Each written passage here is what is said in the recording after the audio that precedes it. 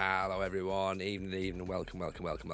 How are we? Hope we are well. Happy Bank Holiday Monday, everybody. Hope you've had a good one. Hope you've managed to take in last night's drama. Maybe we call it drama. We might call it drama. We'll call it something. It's the last 3 games of the Crystal Palace season. We have to say it's the last 3 games of the season because that is exactly what it is. We don't know what's happening next, but you know what? The Arsenal has made a very, very good point in that chat, and we'll talk about that in 2 seconds. So this is it, everybody. As we say, 3 games to go until the end of the season. Pens and paper at the ready for our almost... Do we class them as legendary now? Definitely famous, I suppose, really. Our sort of like our squad planning and summer recruitment streams. They start tonight. We obviously didn't finish the season last night because it all got a little bit... It just took its time. We went long. We tried to get as much done as we can, but we actually had a couple of victories. Look at that. We finished a 3-2 win against Ipswich, a 2-1 win against Gillingham, 1-1 against Nottingham Forest, unfortunately a 2-0 defeat against Huddersfield, and famously Rogie putting the dagger in to the hearts of Crystal Palace all over the place, right at the end there. Slotted in 91st minute winner, made it 2-0. That just killed the game off. It had to be. We drew with Leeds, though, who were top of the table, 1-1. We drew with Derby. We got hammered off Cardiff. We lost to Coventry. Well, that was a debut goal for our young 16-year-old striker, Adebayo, so that's quite impressive. Charlton was a bad result. Beat Blackburn. I mean, look, there's been stuff happening, like, you know, the swings and roundabouts in this team. I think that we do have quite a bit still to think about over the summer. We've got, you know, Middlesbrough, who are top of the table next, and then we've got Burton, and then we've got Plymouth. So, you know, 1st, 22nd, and 17th. If we get 9 points, from those games, which is unlikely given the fact that we haven't really been too consistent, 9 points takes us to what, 68?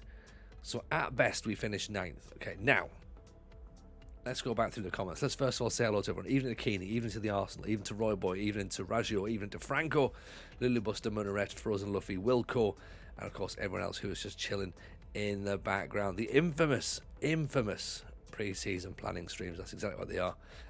The Arsenal. This is what you've said right now. I'm going to quote this, okay, because I think the Arsenal has hit the nail on their head, right?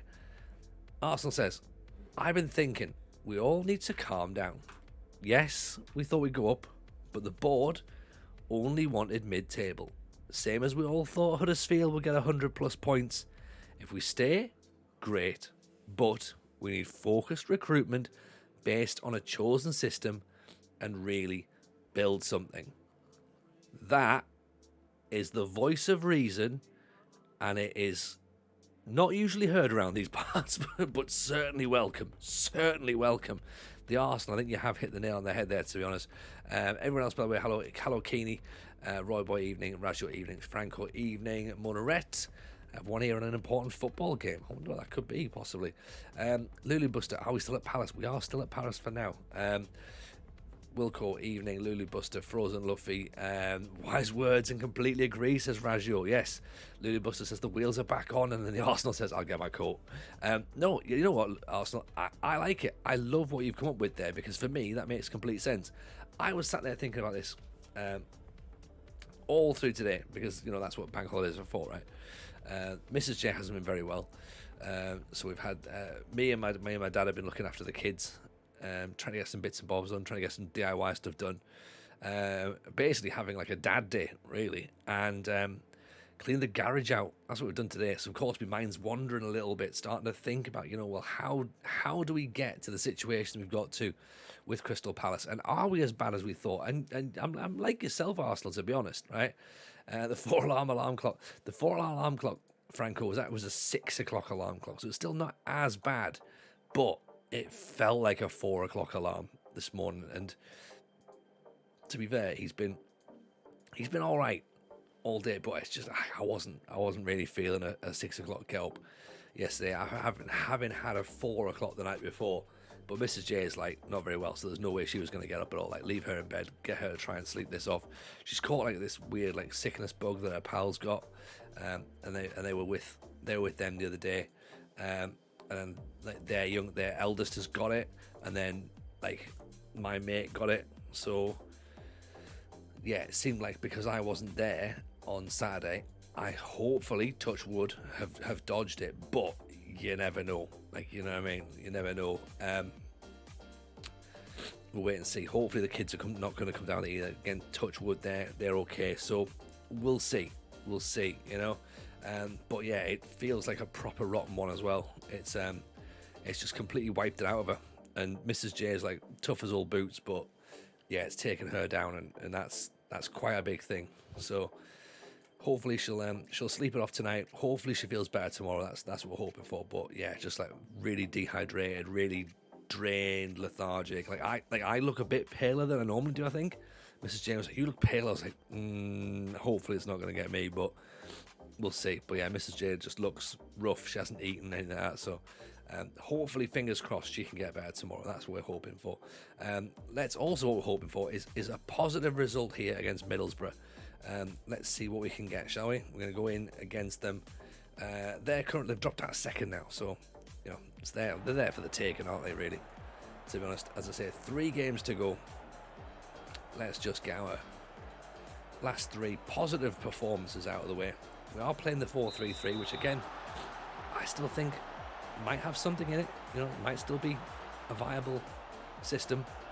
Certainly proven when it works that there is something there. It's when it doesn't work, that's when you're like, see, it's too. I think we can all be very quick to criticise systems, myself included, to be honest. And as we said last night, I think that, and we'll do this in the full end of season debrief, which we will have to do. There will be a post-mortem as to what we do next, and to how we sort of like approach season 2 with Palace, because I'd like season 2 with Palace. Again, we might have to sort of like debate this amongst ourselves, but where we are, okay, so how we've ended up here, yeah, Arsenal has put a good point in there as well. But if we stay commit to the 4-3-3, don't sign anyone who doesn't fit into it. Now that for me is something that we'll talk about in the debrief. Okay, I'm going to write this down. Okay, because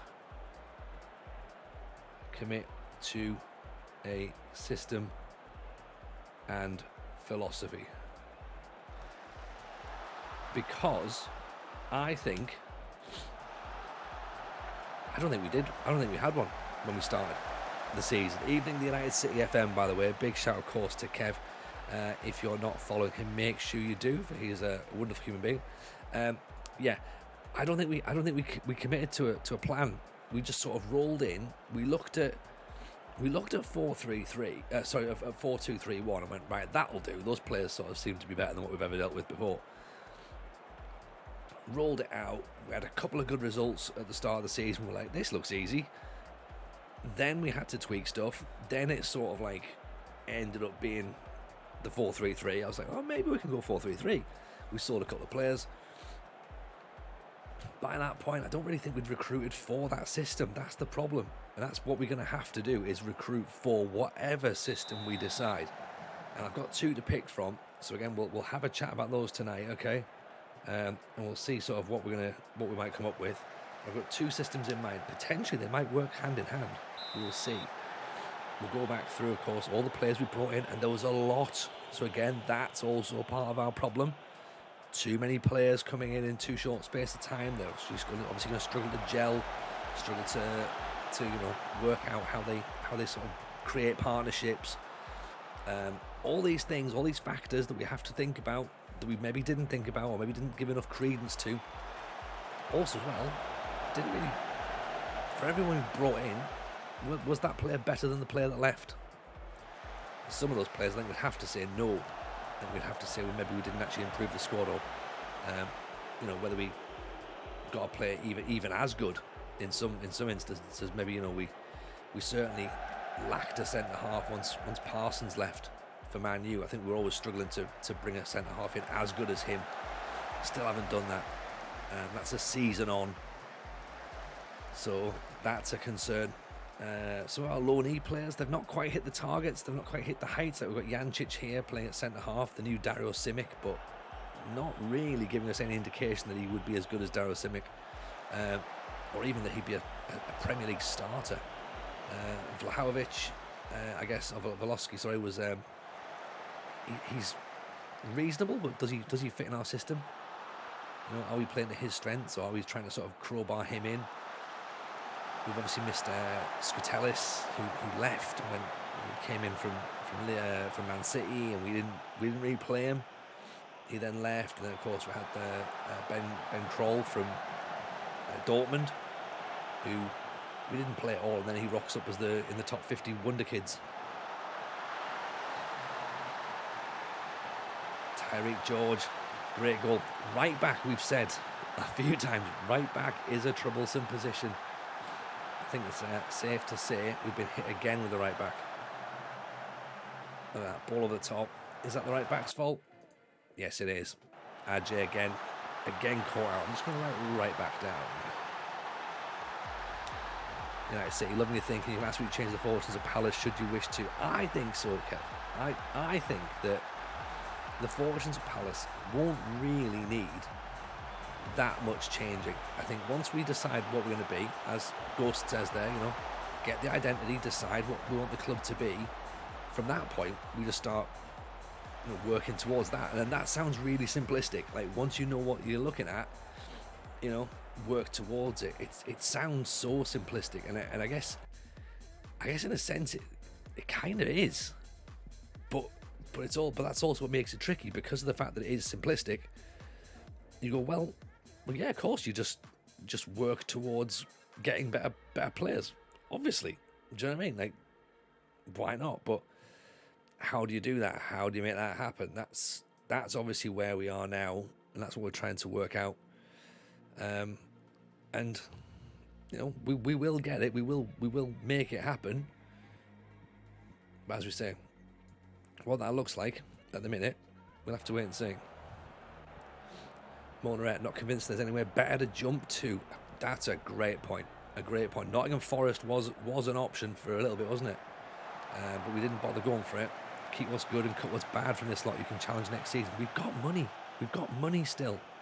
We've already made one signing for next season. We brought in a £20 million midfielder who might be able to create something, because we are very passive in certain moments. Like, for example, today, 2 shots, 1 on target. I mean, I know we're against the league leaders, or at least the sort of second place. We've not really had a lot from this match. As we encourage you, the second half of my second season at Hungary was genuinely dreadful. Today we started season 3. It's like a new team. Doesn't guarantee success, but it's a start. I think you've got to take the summer transfer as like an absolute clean slate. You know, it gives you the chance to do something different. Everyone starts on 0 points again, and then it's just you sort of see what happens from there. And like, it allows you to dream. It allows you to sort of be like, yeah, maybe we can do something good. And then you know, when it's sort of like 10 games in, then you're like, oh, you know what, we're onto something here. Or, oh, we've misjudged it a little bit. Hostile optimism around here is freaking me out. Did I join the right stream? No, this is the transfer stream. This is the summer stream. This is when we have all the optimism. It's as I say, it's when it's 10 games into the season and it's not really working and we're just clicking buttons and hoping for the best. That's when we get back into the, oh dear, here we go again. But I'm very much in your thoughts, Arsenal, that we weren't expected to win. Do you know what I mean? Like, we weren't expected to win the league. Like, maybe we all took it a little bit like, well, it's Crystal Palace, isn't it? They're in the Championship. They should win. You know, we should be fine. But maybe we didn't realise the job at hand. Loads of unhappy players.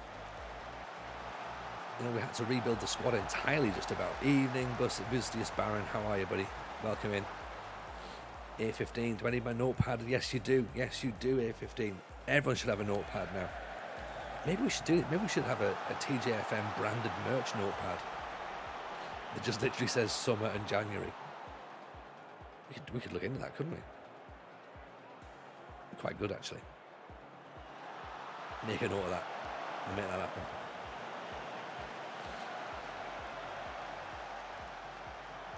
Big red pen, right back. Yeah, that's where it needs. Lahovsky would cross it in. McBride with the header. Is it McBride? No, it's not. I mean, the irony is, in the last couple of minutes, we've actually looked like we're creating some... And right back gives the ball away. Right back gives the ball away. Okay, 1-0 defeat to Borough. Not the worst defeat in the at the end of the season, but we need to obviously win these last 2 games now.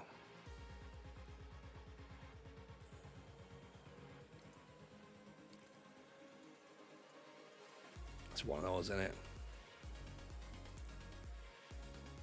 Ben Allingham, fullback, not so good to us. So I'm going to sneeze 2 seconds.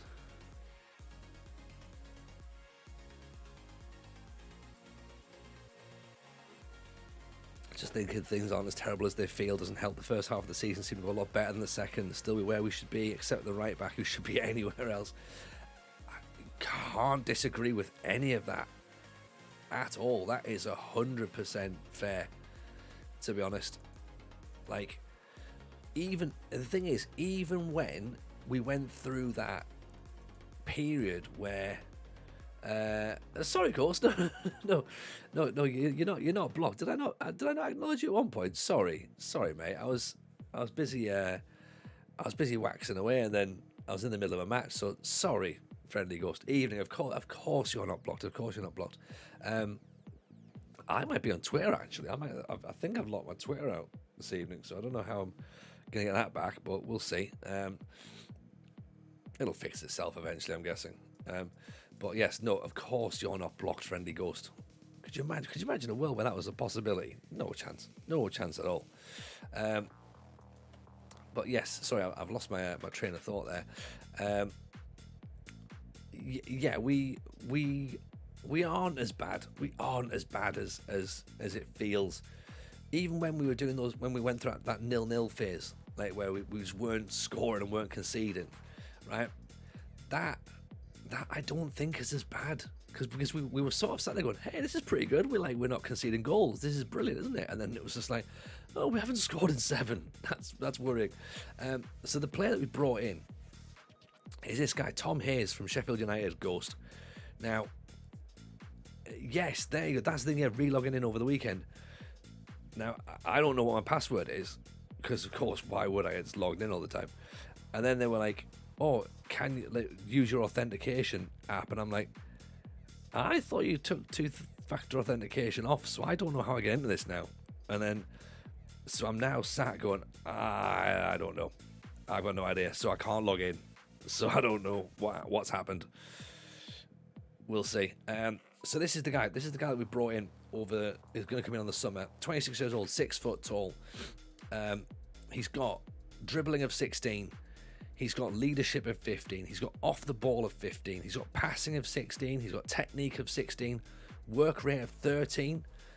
Nose off. No. We haven't moved. This is just a new player that we're going on, that we're bringing in. Baron, tell us everything about what's going on at Dusseldorf. I need to get started probably tomorrow night. Actually, I'll have a go at that. Again, personality resolute. Again, we've got a lot of conflicting personalities in the squad, I think, as well. So he comes in. So he might be quite handy, I think, this Tom Hayes lad. So we'll bring him in. He's playmaker, I reckon. So he should be quite handy to see what we can get out of that. But as I say, even in those moments when we were like 0-0, there was part of me like, hey, our defence is great. And I hadn't really considered that, oh, our strikers are bad or our midfield is bad, like we're not creating anything. I hadn't put 2 and 2 together. Like, obviously I was aware. Of course I was aware we weren't scoring goals. It didn't come as a surprise to be like, hey, Tony, we scored no goals. Really? Oh, okay. Yes, Ghost. Now we're talking. Look at that. Starting his FA Level 1 coaching badge this weekend. I love it. I think we need to do ours as well. Let me know how you get on with it, because I'm sure Level 1's meant to be 3 modules, is that right? think it is. I think you do 3 modules on it. But yeah, mate, let us know how you're going with that. That's cool. Really, really cool. Because this guy we tried to sign, he left. He went to Benevento, so we didn't get him, sadly. Ali Gungo could be an option. 23-year-old Turkish Dutch midfielder, centre back, I should say. Sorry. Tackling 14, marking 13, positioning 13, bravery 13, anticipation's only 13, so that's not brilliant, but he's as good as our best defender at this point. Work rate 17, jumping reach 16.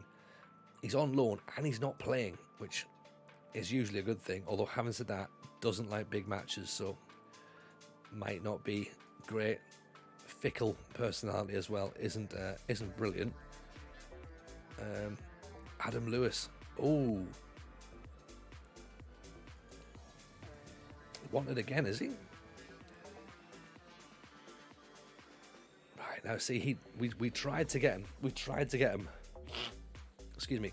We tried to sign him last season. He went to Fulham from Blackburn when we went through that period of trying to buy all the Blackburn centre backs. Remember that?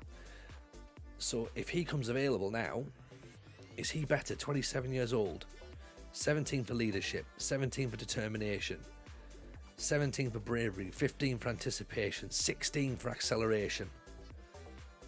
Lewis is a fullback. Runs with the ball down the right, I suppose, yeah.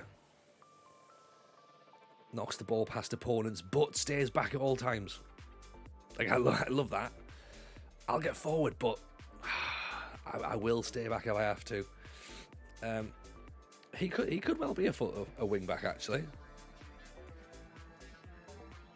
Does that give us? Does that make him more desirable for you, Ghost? At 20 odd million quid, does that make it more desirable for you? It could be a DM. Oh, now there's a trick. There's a trick, Monaret. Tackling 14, marking 12. It's not brilliant, is it? Maybe it could be. Leadership determined that jumping reach is a little bit on the light side. 2-footed. Doesn't want to join. Right, we'll see. We will see. Let's keep our ears to the ground on that one.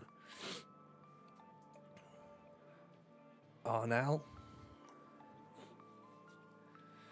Really low work rate. Really, really low. But mentals for days. Like, are we scouting before we've nailed down a system? These are players that we've had on our scouting network throughout this season, to be honest. So these are the sort of the players that we've looked at and been like, these are the sort of people that we had a look at. What do you reckon? This guy's been at Forest. He's not overly keen on coming to us just yet, to be honest. So again, he's an unsure. This one we had a look at last night, right? Now, this guy plays everywhere, okay? On loan from Sassuolo. Let's say centre half, okay?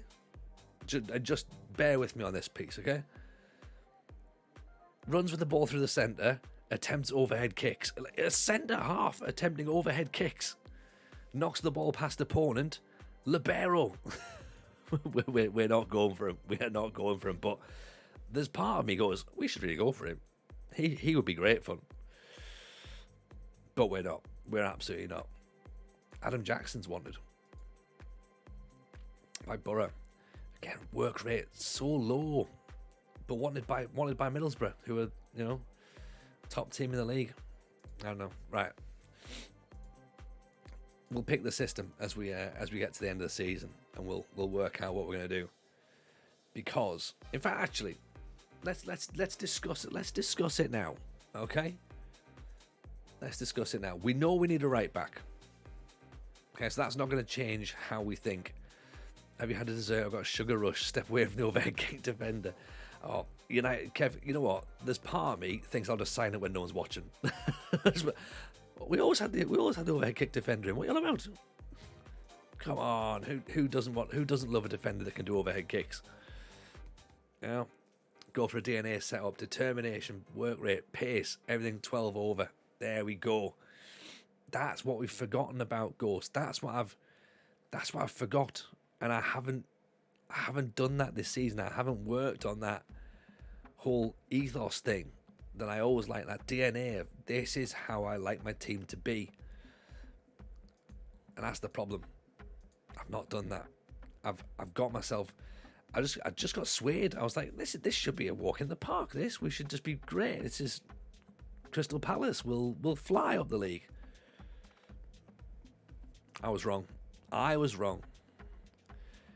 Can't go without DNA setup now. Yeah, I'm with you. I'm with you, Ghost. Like it's exactly how it needs to be. You know, like I love the look of this guy as well. Like a proper, like for me, that's a fullback. 6'4". We've got a bit of a million pound man era. Got a bit of that cash about us. I like this guy. Now I know we might not be able to sign him because he's just moved, but he's someone we keep our eyes on, I think. 22 years old, 6'4", Norwegian, 18 for bravery, 16 for decisions, 15 for tackling, 15 for jumping reach. If he's not a fullback, he's a DM, isn't he? You know, he could be fine. He could even do centre half if needs be.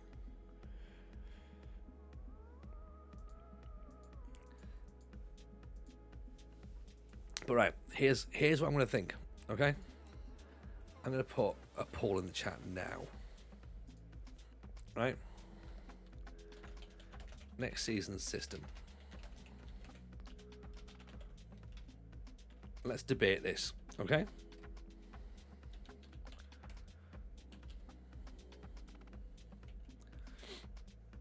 We'll keep it going on for 10 minutes, say, right? Because it's going to be enough stuff to chat around with, okay? Can we see the best 3 players under 28? At our club? At our club. Let's have a look, shall we?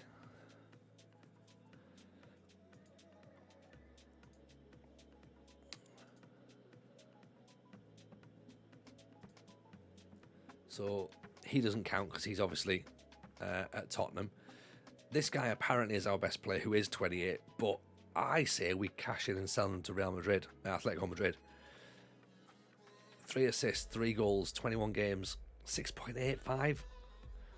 I think he's stealing a living at this point. If we can cash in, I think we can get someone better. Okay. I think Damjanovic is better.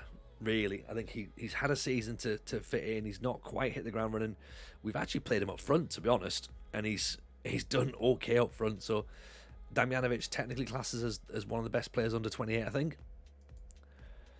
Stick him in there. Murphet we've brought in from Leeds, so he's sort of on the other side, really. He's banging the goals in for Leeds before he came over to us, so he's got to be up there as a consideration. Oxford or Linfield or Huddersfield formation. There's a good shout. And then we've got Golubovic, who kind of gives us a bit of everything. So, ironically, all of our best 3 players under 28 are 21, 22, 23. They're all forward players. Even in Nathy B, how are you, pal? Welcome in. Plus, we've just signed Matt Unsworth as well, who's 27. So he's in there as well as an option. Now,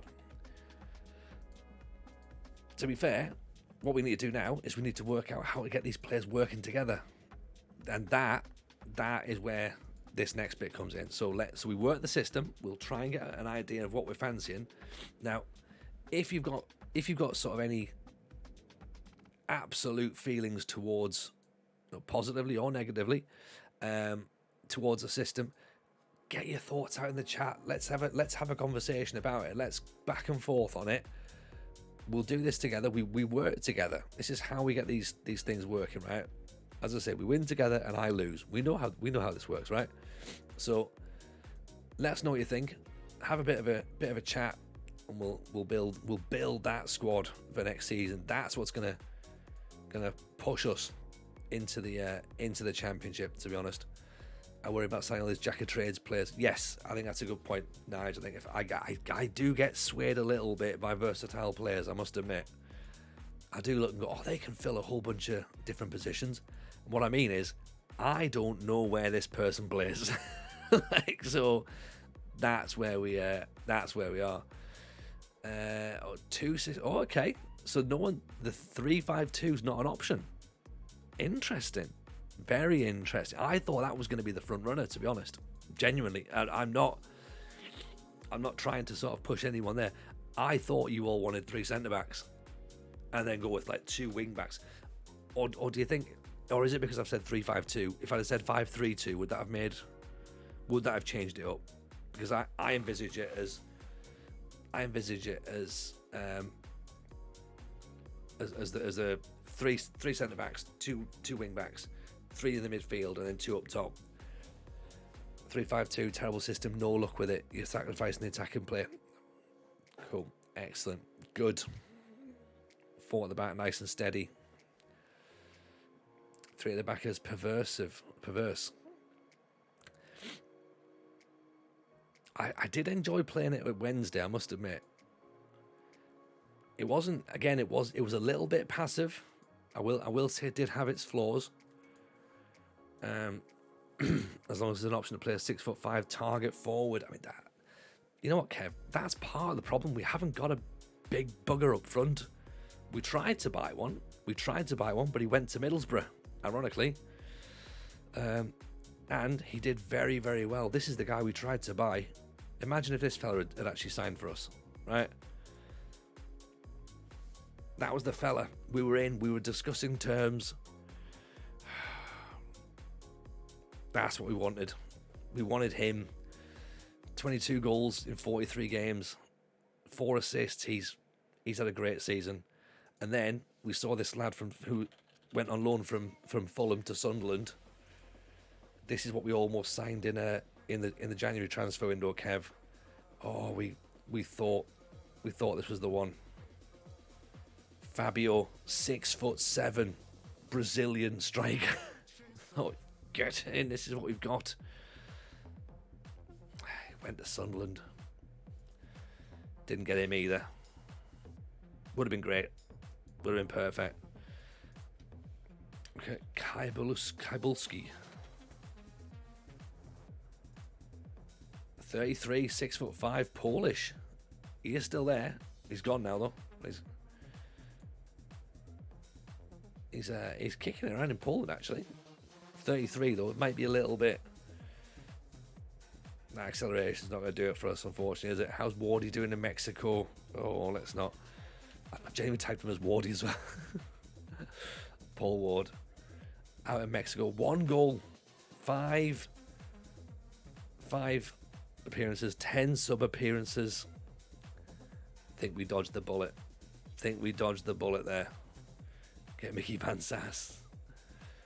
Did we scout the Wonder Kid list? No, to be fair, I was too busy. I was in a huff at that point. My thought was that we needed players, as has been mentioned in the chat before, we needed players who could just turn up and score and get things done. Like we had too many players that had a little bit too much potential. Like for me, I actually think this is an option for us next season. Daniel Lewis, if he's wanted by Leeds, he's wanted by Middlesbrough. I think 14 goals in 36 games. He's been mentioned a few times in the chat as someone to look for. I think Fat Nige mentioned him when he had him at Linfield when we first spotted him and he was coming through the ranks. Wardy would have been great.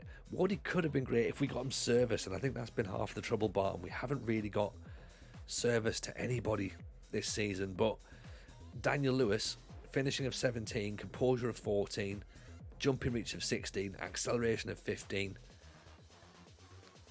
I think he could be a target option. I think he's on the table, genuinely. That's good. Have an inside forward and third winger rushing into the link up, and you know what? we don't really have link-up play. We don't have players coming in and sort of help it out, to be honest. But I certainly think we can't play with just a single striker up front. I think I either haven't learned fully, or we haven't got the right striker yet. I'm sold his DNA is right. His off the ball and composure are good. Daniel Day-Lewis is our name. Yeah. Has he got a good left foot? He's got a very strong left foot. Of course he has. His left foot.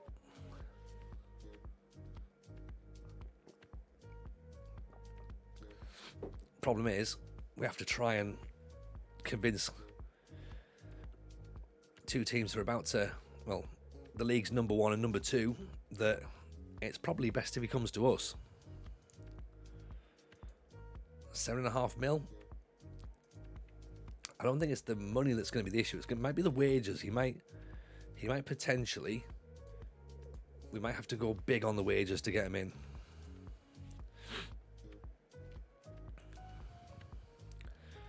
Right, what's the system looking like so far? System so far. Oh, it's split 4-3-3 and 4-4-2.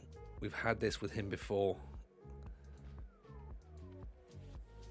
Describe what you mean, Franco.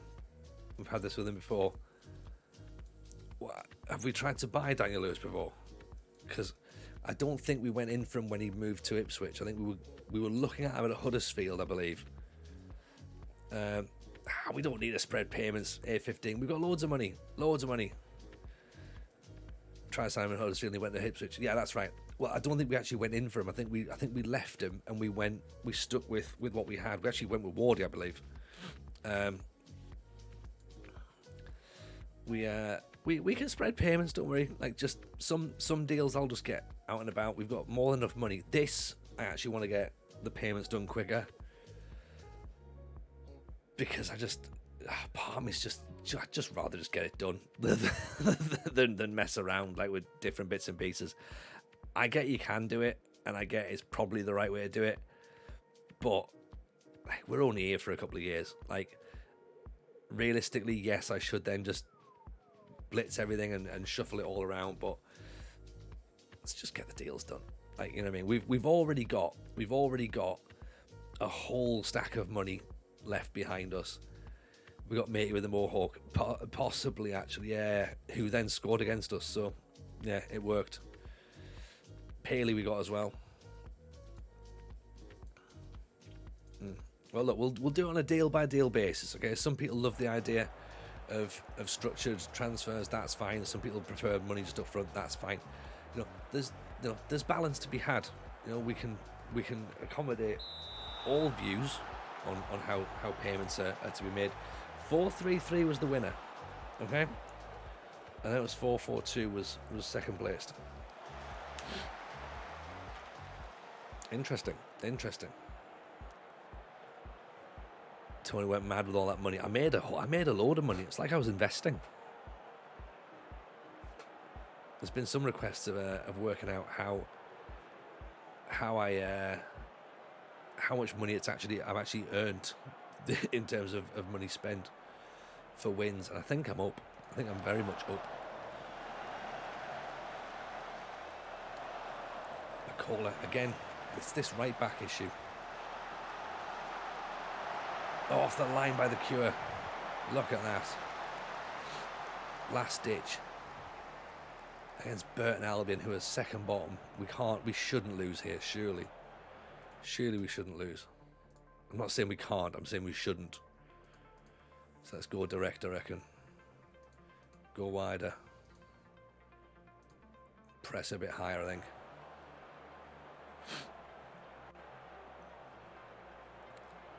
I don't disagree. I don't like signing players at the best of times, so I don't like to spread it out. Yeah. The thing is, I'm not used to having money.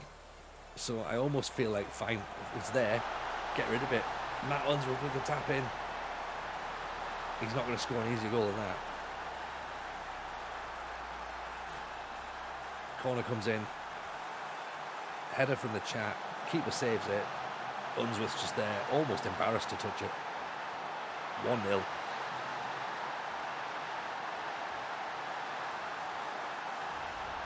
Moves us above Huddersfield. That's what we want.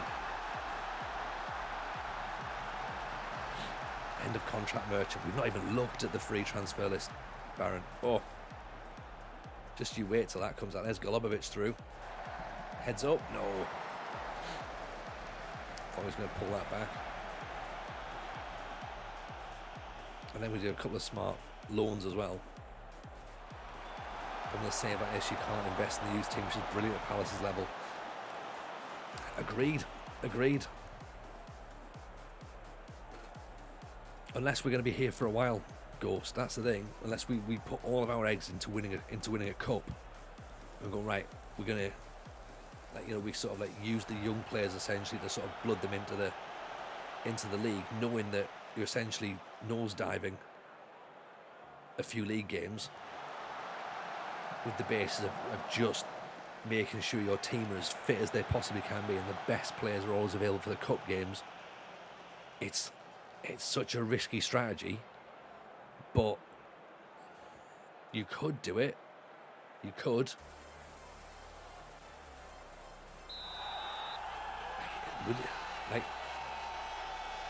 If you play high young potential players that can grow fast.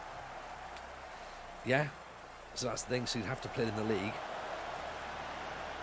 Now, our youth facilities are fantastic. Our youth coaching is fantastic. Our youth training is fantastic. Our intake wasn't brilliant. That's a concern. We've got a couple of good players. We've got a couple of good youngsters though. So we've already seen Adebayo's come in. Got himself considered for being a starter. Is the cup really likely against the Premiership teams? League is like a basket and all your eggs need to be in. Yeah, I guess. I'm thinking more along the lines of if we go to the Premier League. Say for example we smash through this season, yeah, and we get promoted. Then next season we'd be expected to get relegated, so we could theoretically just look for the cup games. Does that make sense? Because we'd be expected to go down anyway. So we could sort of throw a couple of the league games like Man City, Arsenal, Man United, Liverpool. We could just put the kids in against them. Not even the high potential players, just any kids. Take the beating, especially if we've got a Carabao Cup or an FA Cup on the horizon. Make sure that our first team players are fit and raring to go for those games. That's what I'm thinking there. That's a risky strategy because there's no guarantees it works. You could be knocked out in the first round, and then you've obviously got to spend the rest of the season trying to chase in the league. But it is an option, you know. So maybe something we can look at, or maybe we do the Pizza Cup. Would Crystal Palace's under-23s be eligible for the Pizza Cup? And do I throw my morals out and go, right, that's how we're going to do it. We're going to manage the under-23 squad, and we'll try and win the Papa John's. I don't like the idea of doing that. I'd rather win it with a League One side, but we've then got to go back and try and win it with a League One side. It's our own fault. We got ourselves in that position. But again, let's put all these options on the table. Let's consider everything. You know, because it's an option, isn't it? It is an option.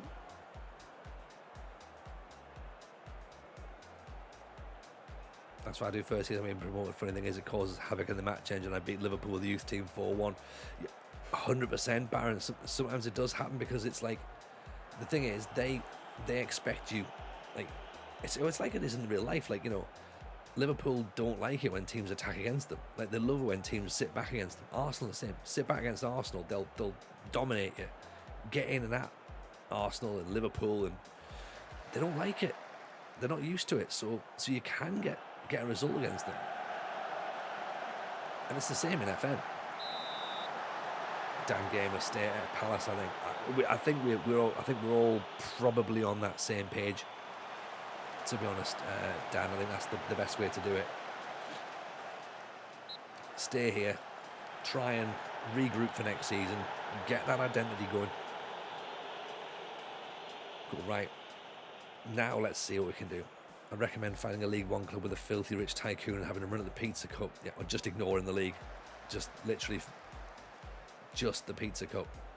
My thoughts are take Palace to the Premier League, 100% effort and staying up. Season 2 to 4, climb the league and win the cup as you progress. Ooh, look at that. Lulu Booster's got a long-term plan for Palace. So we were at Oxford for 3.5 years. We were at Huddersfield for, was it 2.5 or no? It was only 1.5, wasn't it? And that felt comfortable. That felt nice. So could we go longer at Oxford? Longer than Oxford at Palace? We could do. Nobody wants to stay in Croydon. We could travel in. We could really upset the fans and stay in Brighton. Do you know what I mean? Like, that would annoy them. Let's not do that though. In my Palace career, I concentrated on the cups and won 5 cups in 5 seasons. Never got higher than 15th. But you know what though? What a rep you get though, isn't it? At that point, if you win 5 cups in 5 seasons, you'll get a shot at the top level jobs then. Well, this guy knows what he's doing.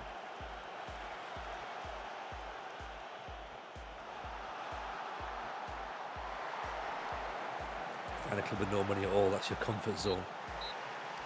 The Arsenal knows, doesn't he? The Arsenal knows. One club, man, they have to sack me to get me out. Dang travelling, those commuter trains are full and unreliable. A good point, actually, yeah. That's a good point. When I go on my roof terrace and peer over Croydon in the distance, it looks like Mordor. Not exciting, but solid performance. Yeah, I mean, look, everyone's on the beach at this point. We know that we just need to stay in mid-table, get a win.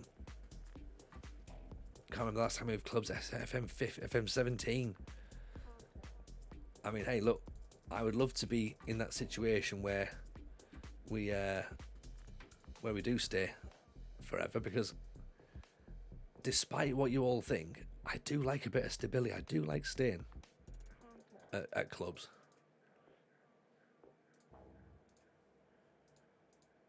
I know we obviously move around a little bit, but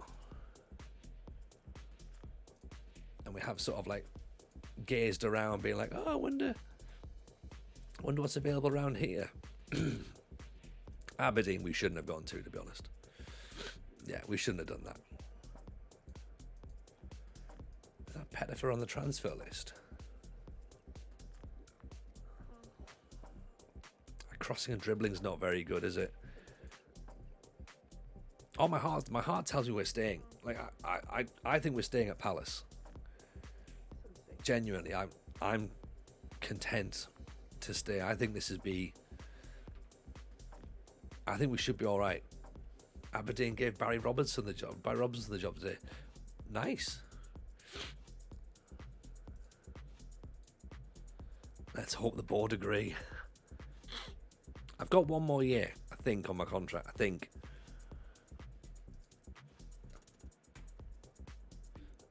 Drissa Kamara on loan from Stoke to Ajax.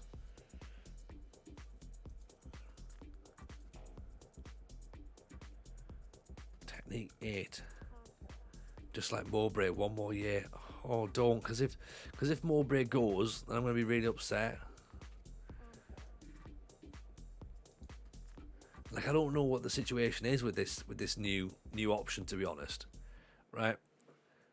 This new sort of like potentially get this guy in who's a goalkeeper, a goalkeeping coach. Like, he might be great, and from what we can hear, like, apparently he's quite highly rated. But I just find it strange that they're looking at doing it now. Unless Mowbray said he doesn't want to do it. Do you know what I mean? Mowbray's maybe said, like, you know what, yeah, I'm not fussed. Clever from Stoke, he might learn to play football at Ajax instead of Stoke. Or they're off to change the way that Ajax play total football. And they're saying, well, actually, it's all well and good saying total football, but have you considered fucking hoofing it for miles? No, you haven't, have you? That's the problem. Do you know what I mean? Yes, all this ticky-tacka's lovely, but have you, like, we can give you a guy who can just fucking twat it, you know? And that will change your game instantly, because no one's gonna expect that. No one's gonna expect that. Leicester 2, Everton 2. So doesn't help anyone down the bottom. Ghost says. So what? Where are we now? Then what's the situation? So who's where? Mowbray going with the flow about it. Oh, like Mowbray's like, he's just chilled, man. He's like, he loves it. Absolutely loves it.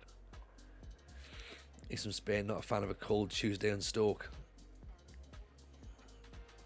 Oof. Right, so they want 19 million for Daniel Lewis.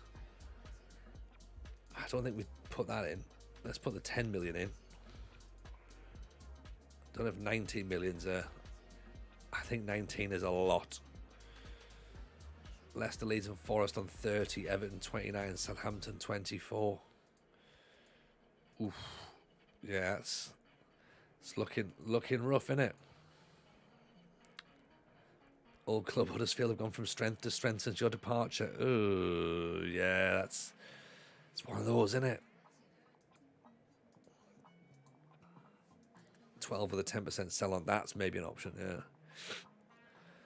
I would stay at Palace so we can get the pen and paper out, plan ahead for next season, go to the Cups, etc. So if we leave, it leaves us less time to plan for a new club. Yes, Dan, exactly. Then working out a tactic, then meeting the players and blah, blah, blah, blah, blah. Yeah, got you. Got to agree with that.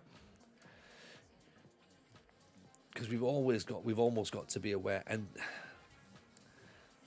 again, this is part of the inbuilt frustration I've managed to make for myself here.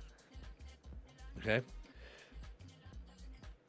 because we've got attribute masking on, we can't plan for the following season with a new club, because we can't look at those new players, because we don't know, do we? We just don't know, because you can't see it. You know, never gonna see it. We're all here for pen and paper and trifles. Well, there's no trifles tonight. There might be a wagon wheel. I've got something in there. We might have something. Plus we've got a new book to read. A new book to read. Okay, let's just keep that. There it is. Right, think about that. Promise Ipswich a fee if you get promoted.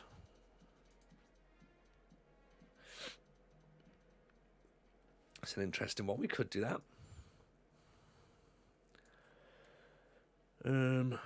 Right, let's just run out. Last game of the season. Away at Plymouth. Doesn't really matter.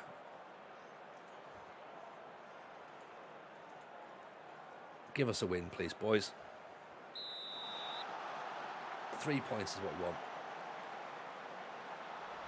No, there's chocolate dessert rubbish. Not at all. Not at all. Chocolate desserts.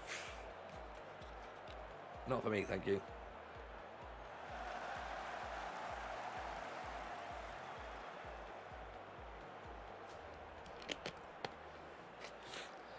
With the Fortuna Dusseldorf challenge. It's the first time playing, being able to see attributes, haven't spent any money on scouting, I've been doing it all manually. See, this is why I don't do it. I like the attributes off, but because it's a community challenge, I've just taken all that and just went, right, you know what? Go and play however you guys want to play. You know, we did it once without even masking, and a lot of people got angry, upset. They're just like, really, Tony? I was like, yeah, what's wrong? They're like, yeah, it's like one. I think it was like when we did the one season challenge. They're like, it's a season. Like, what's the point? No one's going to scout for a player that's going to only be there for one season. I was like, oh, that's a fair point. Oh, Bacall, right back problems again.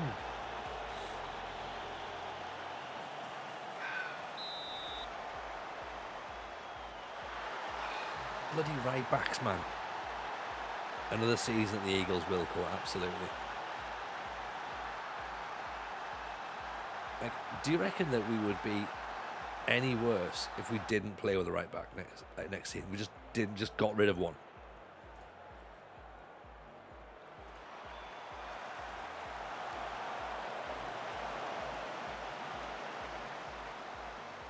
Right back, big red letters, underlined, circled. Yeah. To be fair, that's why I put 3-5-2 in the formation options, like, so we don't have to play with a right back. Scout every single right back in the world.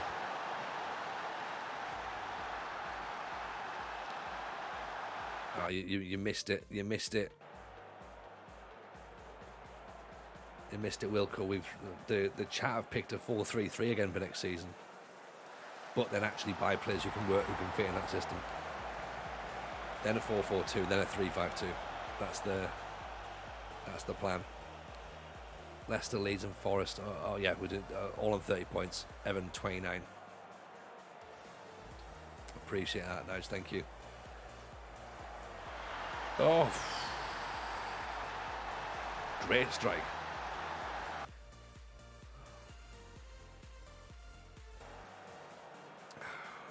There might not be a next season at Crystal Palace. There might not be.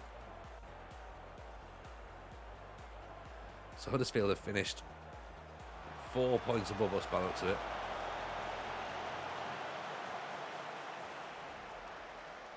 Have a look at Unsworth. Yeah, well, we're playing him in a... He is slightly out of position. He should theoretically be a number 10, but we've had him a little bit further back. So he's a central midfielder on attack to try and get those late runs in the box. But if we maybe make him as like a Roman playmaker or an AP, that might actually work. If we put him on an AP on attack, that might actually help. Wheels have come off the cart. It's end of the season. Their players are on the beach, but unfortunately the beach is Scarborough Beach. We're not allowed to go anywhere fancy. Oh, what a save that is. What a save that is, though. Kluzek. There's a man who wants to stay next season. Although maybe we sacrifice him as well, possibly.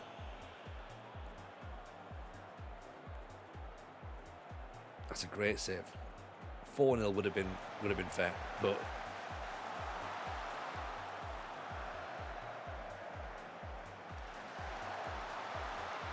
much better tackle. We do just slow things down a bit, don't we? 2-round ball over the top. Globanic. Got 15 million for Crystal Palace. Anyone recommend for midfield or defence? I mean, yeah, we're very much in the same boat, to be honest, Keens. But which season are you in? Because we're in 36. Gambao, Globanic. Mid-table was the requirement, Dan, so we should be fine for that. First season, I've got no idea then. I've got no idea at all. I don't think Golubovic is the AF answer, but he might be. Maybe. I don't know. Possibly.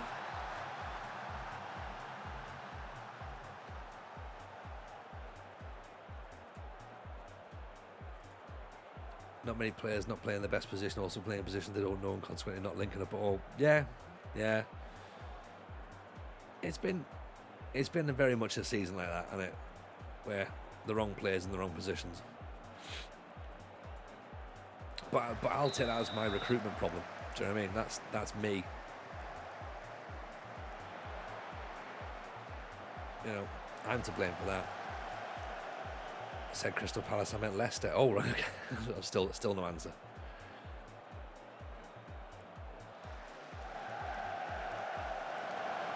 I love the fact you managed to get... Oh, there's Unsworth. Right, okay, so Unsworth maybe as an AP, possibly. I hadn't considered that in the little triangle in midfield.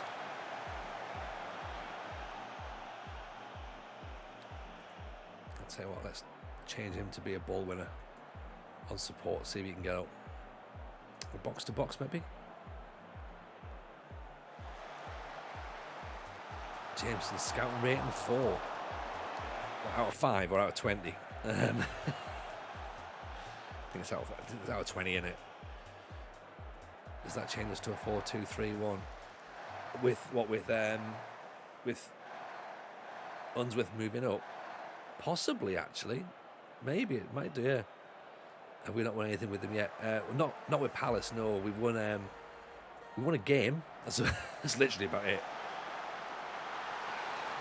You wouldn't think, having looked at the way we're playing today.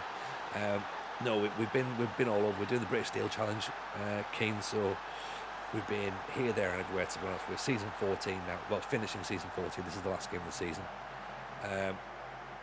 2 rounds out at the end of the season. He's gone. 34 years old. Thought he was coming in for the experience. He's not. He's not the guy. No, it's our first season with Palace. We started at Banbridge in Northern Ireland. Then we went to Portadown, Dungannon, Linfield. Then went to Oxford, East Fife for a little bit, Huddersfield, and now Crystal Palace. So, and this is a woeful end of the season performance.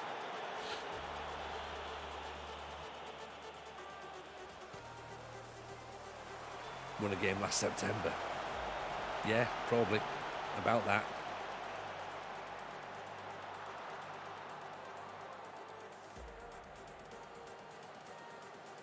We have scored a goal. We have definitely scored one. I saw it. And everything. I'd be surprised if he scored as many as the league's top scorer. We bought the league's top scorer, and then he moved, and then he came to us and didn't score anymore. Did the same thing with Huddersfield. Second season it all clicked. There you go. Right. Cue the "it'll all be fine." It will be. You know, we just got to commit to what we're going to do, and then work out the exact recruitment from there. But right back, the rest of the stream is going to be spent looking for a right back everywhere in the world. Every single club's right back will be scouted wherever they play, like, you know, and that's how it's going to be.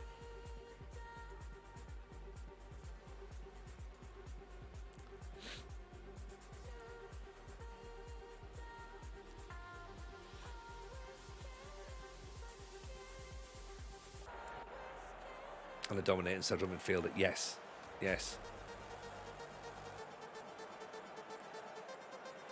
Because we need to work out. I think we take off the deep line playmaker, because I don't think that's really doing us any favours. I think that's partly what's slowing us down. Right back again. Right back problem again.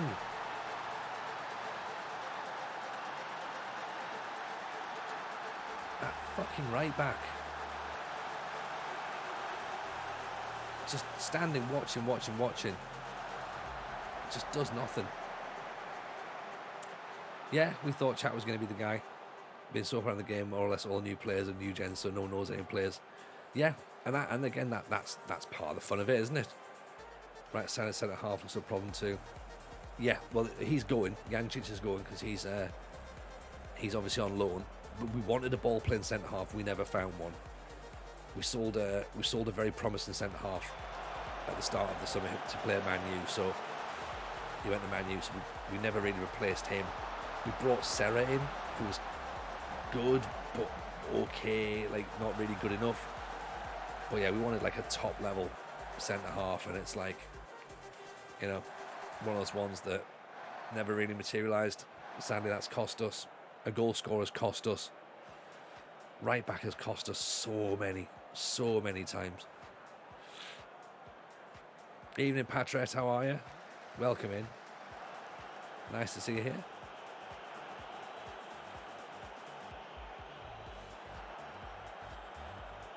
Doing something where I need to win the league and top 5 leagues and get Champions League win as well. So different to make my save fun. Yeah, that sounds good. That's almost that's Pentagon almost, isn't it? Well, no, Pentagon's the Continental, isn't it? So you're almost like on a sort of, is it like a glory hunter maybe? It sounds good though. It sounds very good. I'm doing something where I'm trying to win 5 games in my league season. So hopefully I can do that.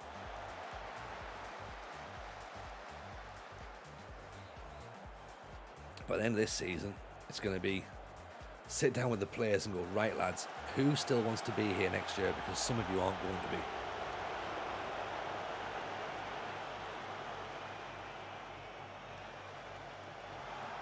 as well, just trying to work out, we can see quite a lot of crosses. I thought we had tall people in the defence to cut those out. That shocking. Have we looked at Pedro from Watford? No, because basically like everyone, as has sort of been said to us, everyone's been and gone in real life. So, like as I say, we're in 2036 at this point. So, like I don't really know where we're gonna go. Why did you lose to Plymouth? A good question. Just for the lols. Like no, just a bad performance, Patrick. Very, very bad. I mean,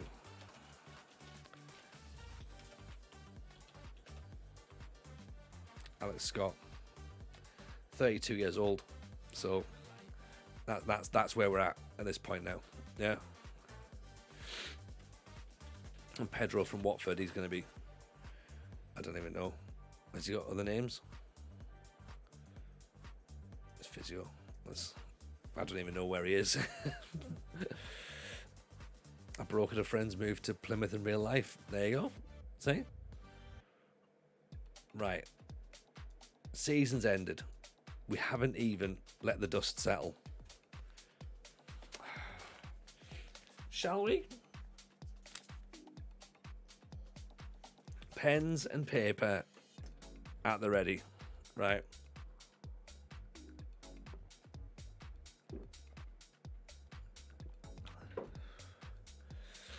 Let's very quickly a new 11 and a new tactic.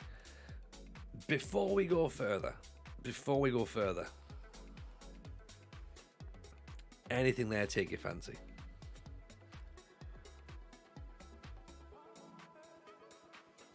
There's nothing, is there?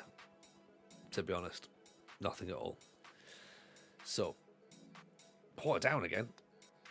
A new 11 and a new backup 11. Right. So I feel properly. I feel bunged up. So Burton for the Pizza Cup. Well, West Brom for the Pizza Cup as well, I suppose. They could be an option as well, but nah.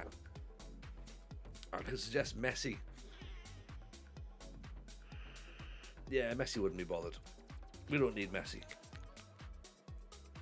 We don't need Messi. Appreciate the follow, Patrick. So, right. Here's where we're going to go then. Okay? Tactically.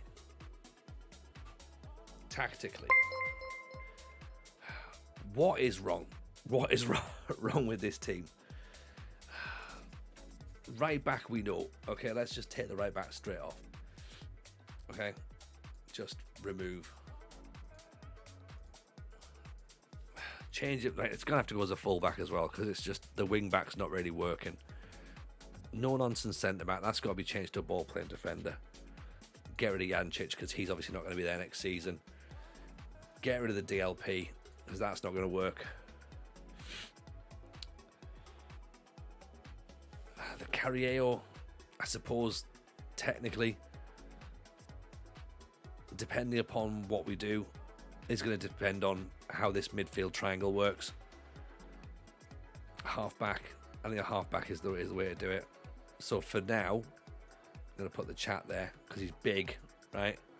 Jumping reach of 15 is fine, decision making is fine, anticipation is fine. He should theoretically be able to do the halfback role fairly handily. Okay.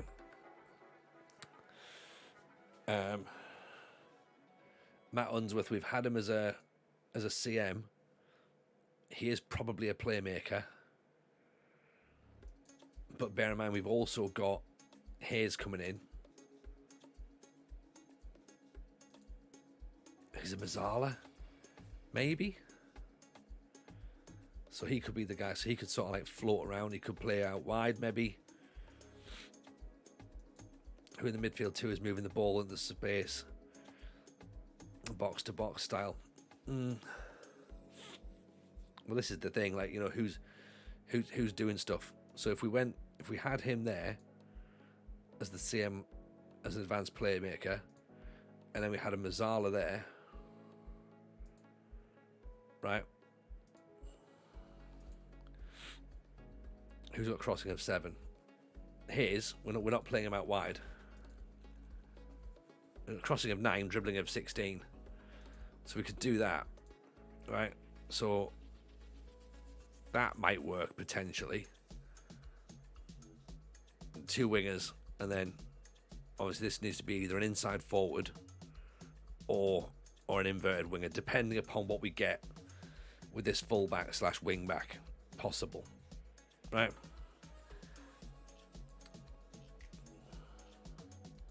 Could be a centre midfielder. I don't know at the minute, to be honest.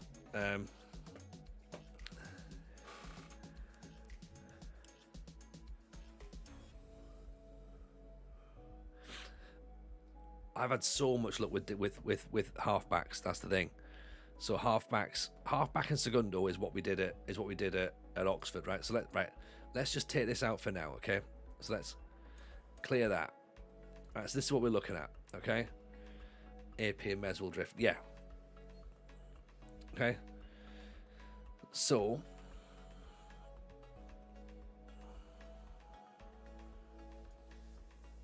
right, let's just.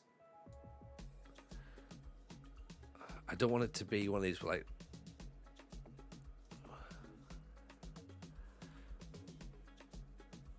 Definitely need a PF and an AF.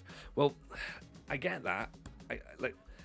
I asked what we're going to play as a formation. 4-3-3 was what came out, so I can't play with two positions if I've only got one. Do you know what I mean? Like, that's the thing. We looked at this was the Wednesday formation that had the segundo, not the Wednesday. Sorry, this was Oxford that had the segundo and the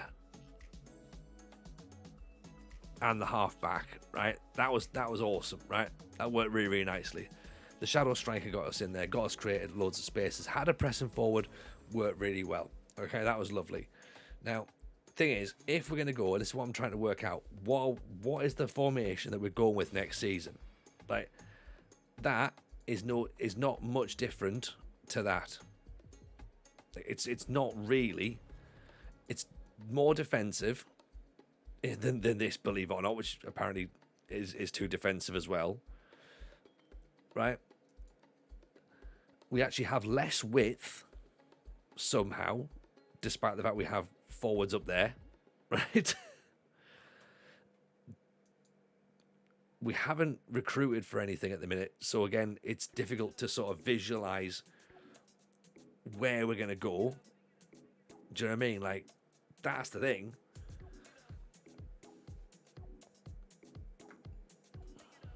Right, let's go back through.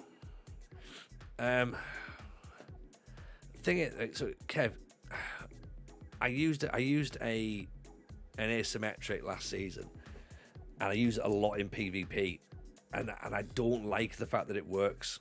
Like, it does, it makes complete sense.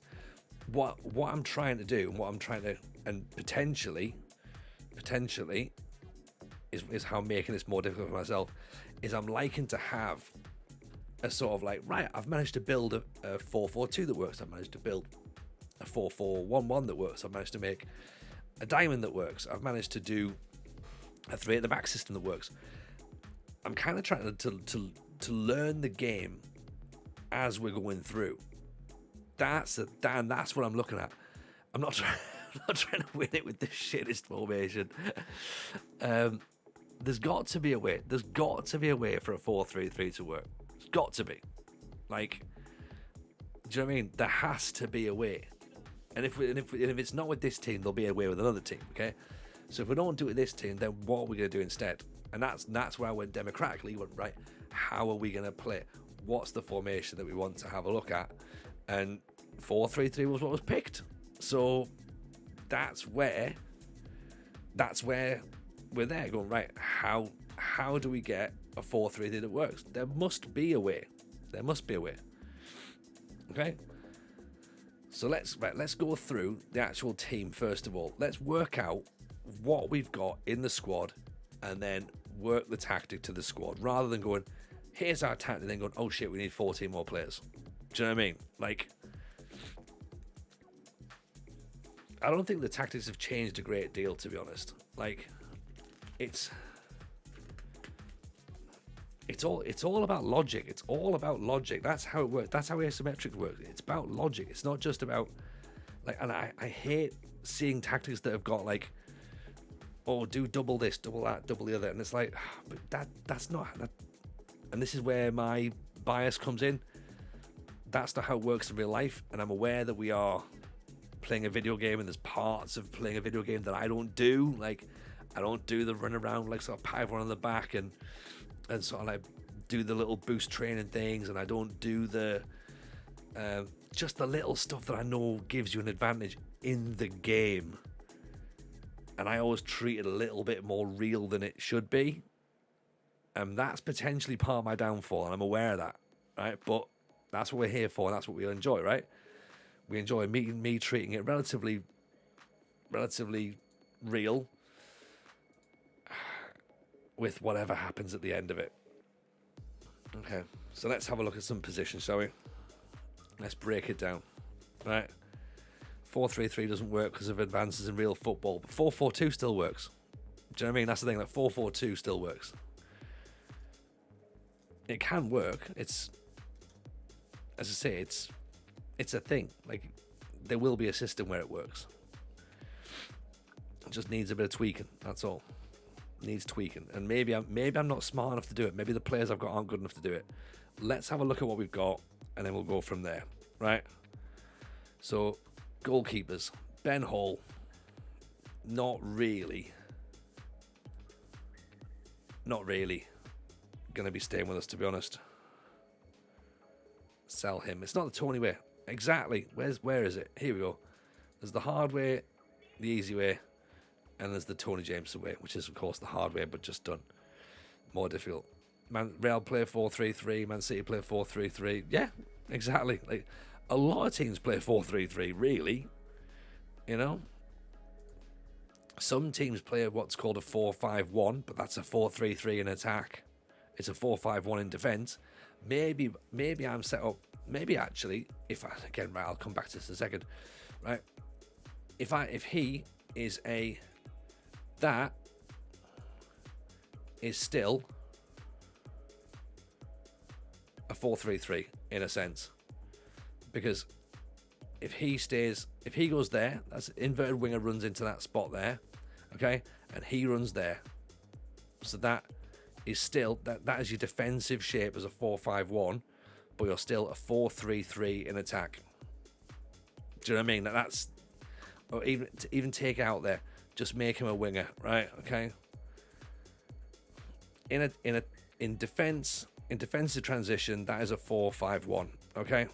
In attack, because of where they'll be, it's a 4-3-3. Technically, it's even it would look like that. So it's actually a 3-3-4. Technically. If you were to be super pedantic about the whole thing. Like, or maybe even that. Right? So it's a 3-3-4. But if I called that a 4-3-3, you'd go, no, stop. But technically it is. Technically the Dutch way is 3-3-4. Yeah, but nobody wants to hear it. They just, no, I want it this way. You know. Right. So, Hall's gone. That's the right. Hall's gone. Kluzek. Is Kluzek going to be the number one, or is he going to be a backup? Usually all formations break down defender, they all come back to a 4-4-2 variant. Exactly. Say try something totally wacky and different. We could, but Barton, and again, think about it this way, if I try something different that's totally wacky and it doesn't work, how many games before everyone in the chat goes, what the fuck are we doing with this formation? Why is he not doing something sensible? Why have we gone with wacky? Why is he on with wacky? Do you know what I mean? Like, in a sense, it's beautiful that I can't win, but there's also that little bit of like, oh, come on, you wanted me to try wacky, right? Like, you know, most common formation we faced was 3 at the back with, it's a 3-5-2 essentially. You know, we're already dating about the 4-3, saying about 4-3-3. Yeah, exactly. Like no one's like, none of us are happy about anything, to be honest. So Lujek's the best we've got, but he's okay. Yeah, if we can get better, then we can replace him. If not, he's certainly fine as number 1, right? Okay, right back. Oh, this is a very easy one, isn't it? Bacola is going, right? He's going back to Arsenal, so we don't need to worry about him.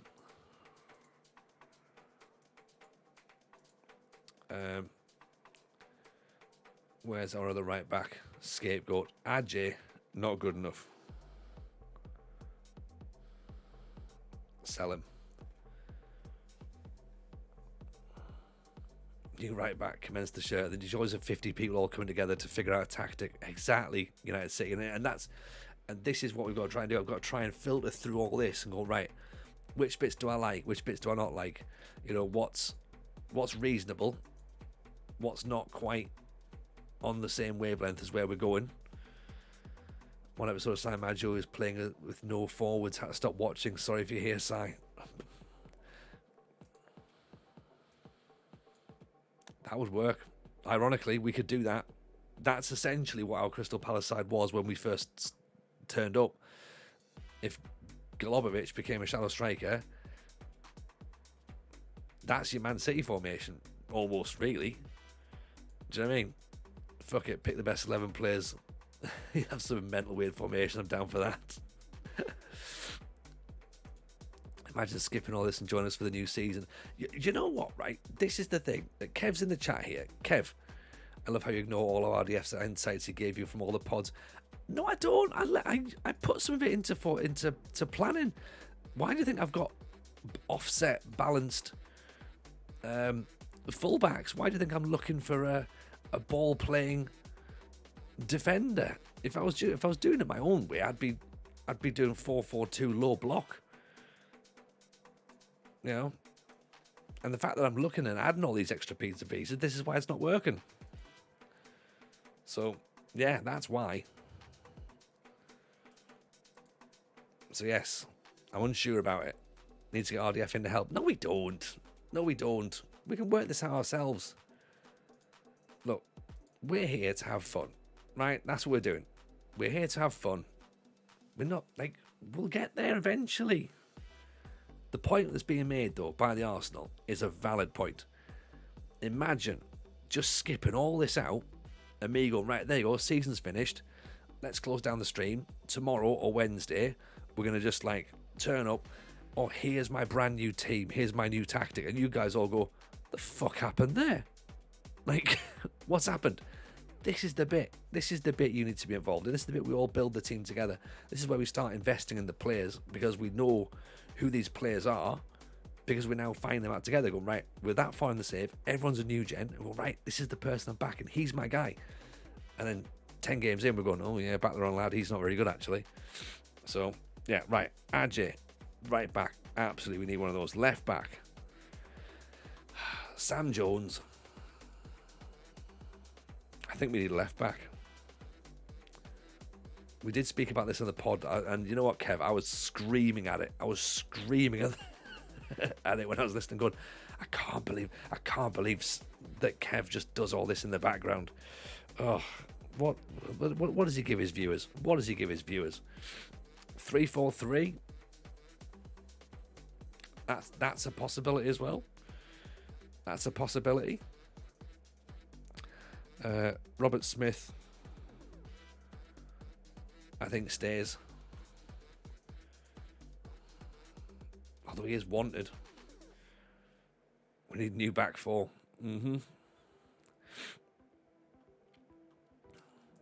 Damjanovic is an inside winger, 4-3-3.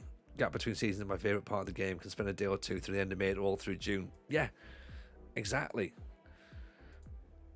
Right, Robert Smith, I think, stays.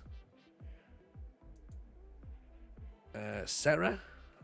Oh, Serra. Oh, he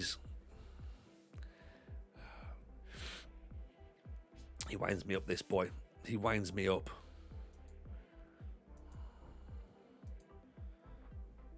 Build a team around 3 different formations. Oh, God. that suggests that I've got 3 different formations. Serra out. See, this is what we want. This is where the chat get involved. Going, nah, he's gone. He's gone. Right, Serra out. Z has already gone. Ironically, I think if we'd have hung on to him, I think we'd have been all right with him. Maybe.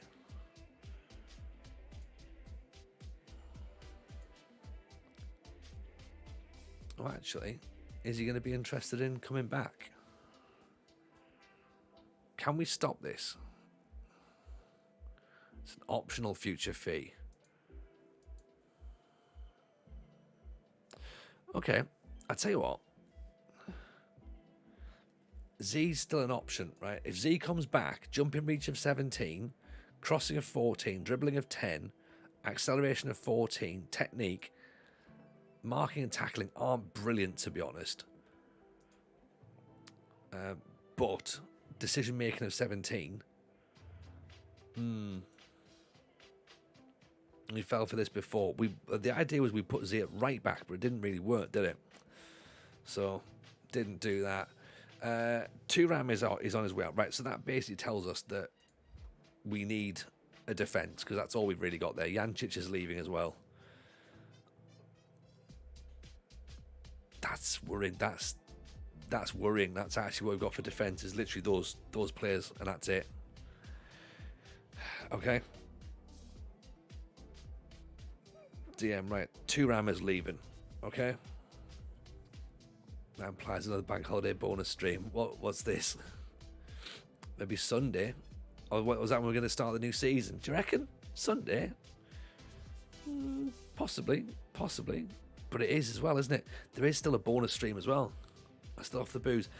Yes and no, Chunder. I've had a couple, but I'm nowhere near anywhere where I was, to be honest. So I have had a couple recently, but then I sort of go the next day and I'm just like, right, yeah, I'm not bothered again. So I had a couple of gins or a couple of glasses of wine or whatever, and then I'm like, yeah, fine, that's me done. So I feel much more in control. Is probably where we are. Is that a better description? Do we think? Does that make sense? I thought I was going to be off the wagon completely, but yeah, I've been sort of tempted back a little bit, but I'm sort of going, right, that's fine. I've had me bit and I'm done and I'm away. Right, 36 years old. He's going, to be honest. Right, set for release. Too old. The chat. I expected better, didn't I? I think we all did.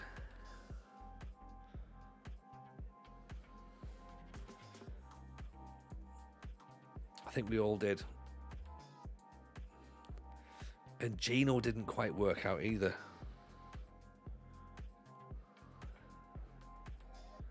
But let's keep them both as backups. Like, you know what I mean? These could be the backup players. Like, kid off his shite. He certainly didn't play well. But 29 years old, same as the chat, 28.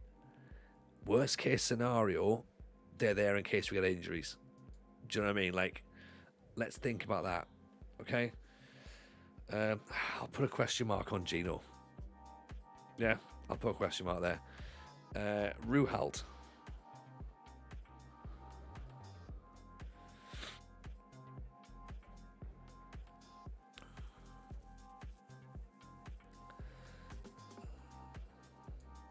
He's not going to develop, is he? We stopped him going last year, but yeah, he's not going to. Yeah, he can go. Worth having a look at the Media Dream 11 and see where the team is weakest in comparison to those around the league. Good idea. That's not a bad shout, actually, Kev. Could Chat and Kadoff be used as make weights in a player plus cash swap deal? Interesting idea. Another CMA. Alan Owen, 29 years old. That is the problem for me. Work rate 9. It just doesn't have, like, look at that. Concentration, nothing. Everything else, great. You know, teamwork, fine. Determination, fine. Stamina, actually not that good. Off the ball, he's sort of got bits, but if we compare him to Unsworth, right? Unsworth is the blue here. Pensioners out, too busy on another book. Compare him to Unsworth at 29 years old. Unsworth better mentally, better defensively, better physically, better going forward, better technically, better aerial. He's a great player for League One, or he's an Enganche. Oh, Jesus. Might be back up by the fact we're getting rid of everybody. Unsworth slightly better finishing, much better finishing in fact. But then better first touch for Owen, better heading for Unsworth, better long shots for Owen, slightly better passing for Owen, better technique for Unsworth. Both quite flair players, 20 and 15. Off the ball, 16 and 15. 16 for vision, 14 for Unsworth.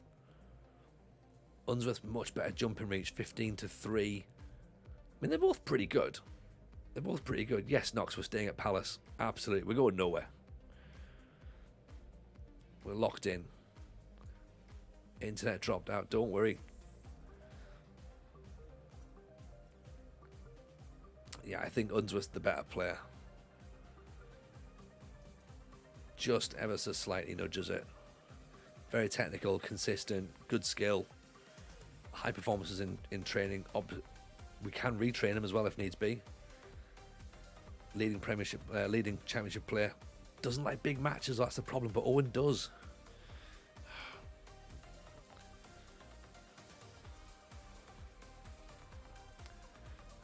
I'm going to put a question mark on Owen. He's not terrible, but he's certainly not a starter.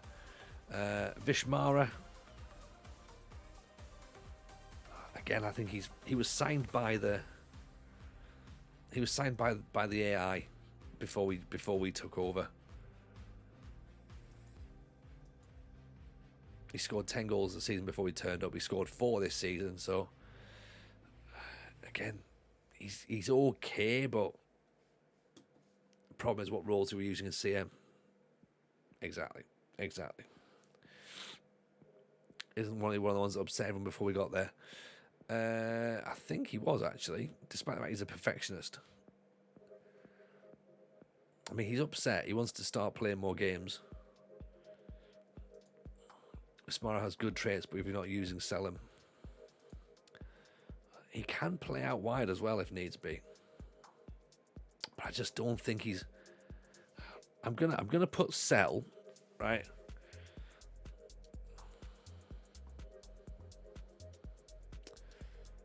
I'm going to put sell for now. And we'll see what comes in, right? Because we've got McBride.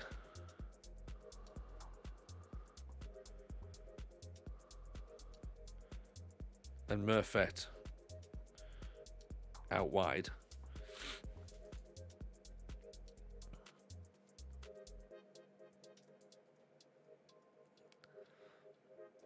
McBride's done all right.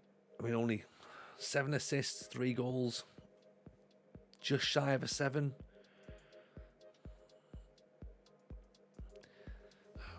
If we could technically make him a second choice winger behind Murphet. McBride's goal returns crap because he's been playing out wide. That's the problem. But again, he's not getting forward enough, is he? That's why he's not getting goals. So again, something we maybe need to look at. if they're playing out, because they're both playing out wide on the right, so that's why he's not getting the goals really. 7 assists is still more than everybody else. Murphy got all the goals for Leeds. All the goals for Leeds. He got very few for us. He got 2. He got 15 for Leeds though. He was playing as a striker there, so there's that to look at. So those 2 we can keep as they are.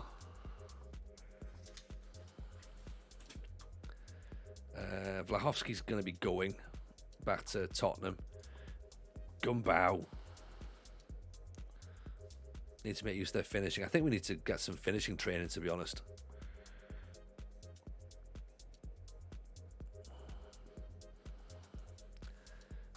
Give McBride a run up front next season. 28 starts, 3 goals from McBride as an attacking player isn't good reading. Yeah. Atletico Madrid apparently want him. Should we try and cash in now? And just see what they're going to do, because that seems to be a lot of money, especially when we've got Martian and Damjanovic just behind.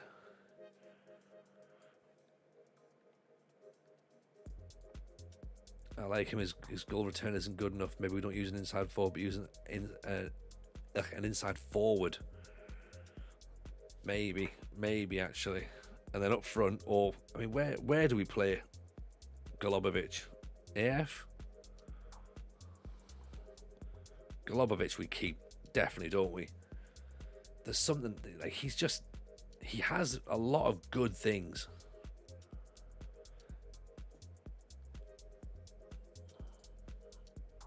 Fairly determined personality, which makes me think, maybe he could become a leading Premier League player. So I guess now he's settled, he might push on. Damjanovic has to stay as well, I think.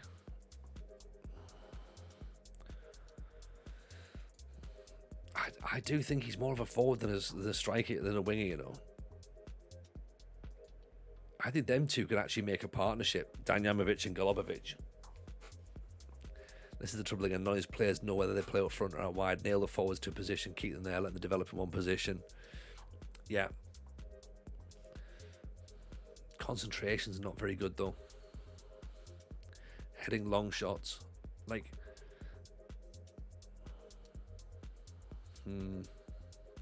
Off the ball, teamwork, passing. So, again, it's like... It's literally a whole team of number 10s. Like Batalla. I'm guessing we're getting rid. If anybody wants them. Although jumping reach of 17. Finishing of 13. Flair of 19. Free kicks of 17. Like... I don't think he's going to be sticking around, to be honest. Damjanovic is an AM. Work rate of 9, yeah. Adebayo. Youngster. Finishing of 8. I mean, like... Good having versatility. We need to know who the strikers and the wingers are. Yeah. Yeah, 100%. Battaglia only works if you play 2 up front. Yeah, loan Adebayo out. And then Rory.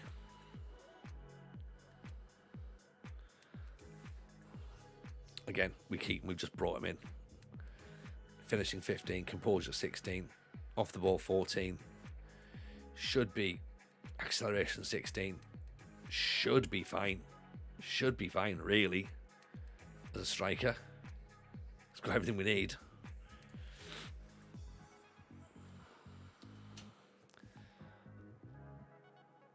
You're not a fan. You're not a fan of Rory, really? What are you missing? Because when we saw him as well, bear in mind, Ghost, when we saw him, he had 20 goals in 21 games. He scored goals all through his career. I mean, the progress graph is he's plummeted with us. He's done bugger all, really. 2 goals in 13 games. So it's No bravery, no concentration, no determination, no positioning. He was the highest scorer till he came to Palace. Yeah.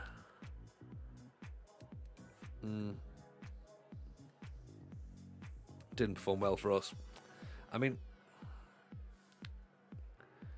I think it says a lot when we're already looking to try and bring another striker in. So is that, do you know what I mean? Like, we're looking at Daniel Day-Lewis as well. It's possibly one season only. That progress graph worries me. Yeah. A substitute. Yeah, a sub. If someone comes in for him, fine, but he's a sub. Right, he's a flat track bully. How about a narrow 4-3-3? Could be an option. Right, do a line. 5,000 channel points. 300 is the page number. Let's check if that's even a thing.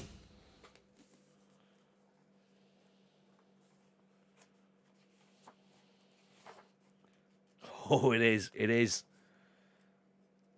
Page 300 of James Milner's Ask a Footballer.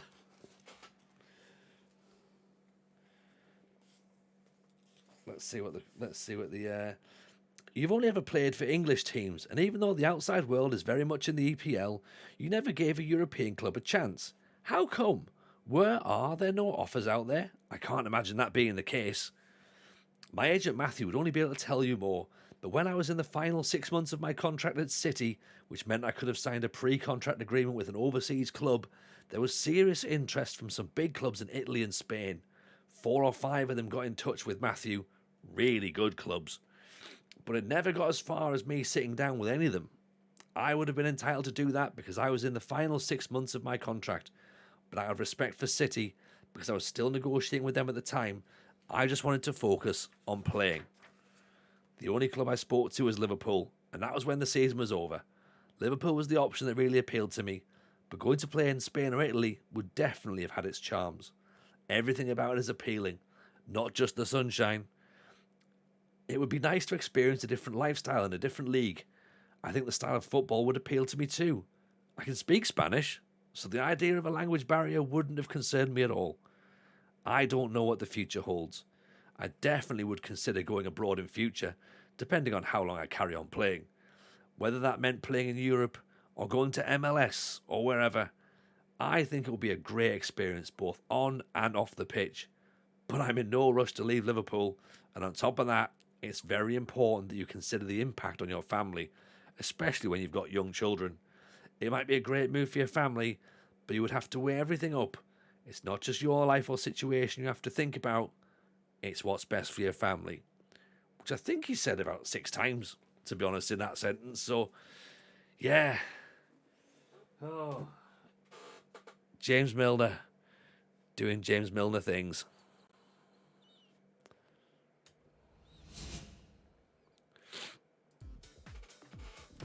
There we go. Right. Let's quickly get this. Big Sam's in talks to be the new Leeds manager. Really? I mean, if it is, that'd be great. We're looking for a goalkeeper, right back, left back, centre back, defensive midfielder, 2% of midfielders, inverted winger, attacking forward, not much. Yeah, easy peasy. Right, let's have a look then. Let's start looking at right backs, okay? So that's gonna be our first thing to look at. Let's clear all this because we don't want to be doing things that do it right. Defender and right back. Would you like a recruitment focus? Yes, we would.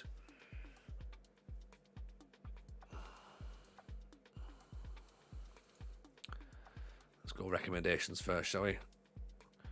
Marucci, 6'3". Nope.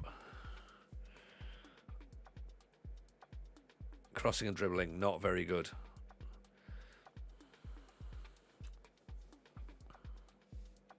Let me stop for a second. Have we decided then how we're going to play. Because bear in mind, we need to sign half a team here. Right? If we're talking narrow 4-3-3, can we have the last page of Michael Owen's book? No, we've had the last page of Michael Owen's book a few times, haven't we? That's the thing. So would you say like that for the narrow 4-3-3? Because the problem is, if we're playing like that, then who goes where? Because we don't have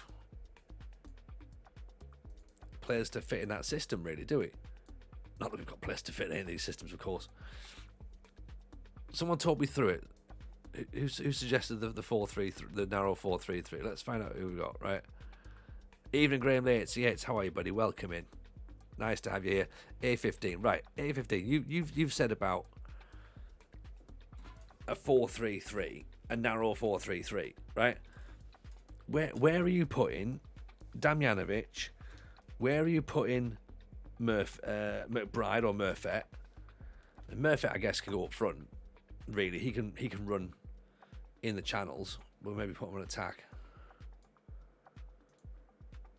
We want someone who can press. Essentially, we want someone who can press out wide, right? But who's going to play there though? Like, I understand where they're meant to be, but who's going to be there? Who's going to be those guys? Like, can Damjanovic play there? I don't. Maybe he can. Maybe he can be a complete forward, possibly. He can come drop deep a little bit. Central mid is an issue.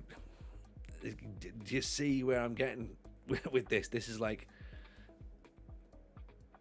we change one thing, we make a bigger issue of something else. Like, do you know what I mean? That's where I'm at.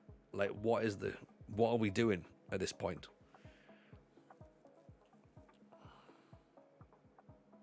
Do you know? Central midfield is more of an issue.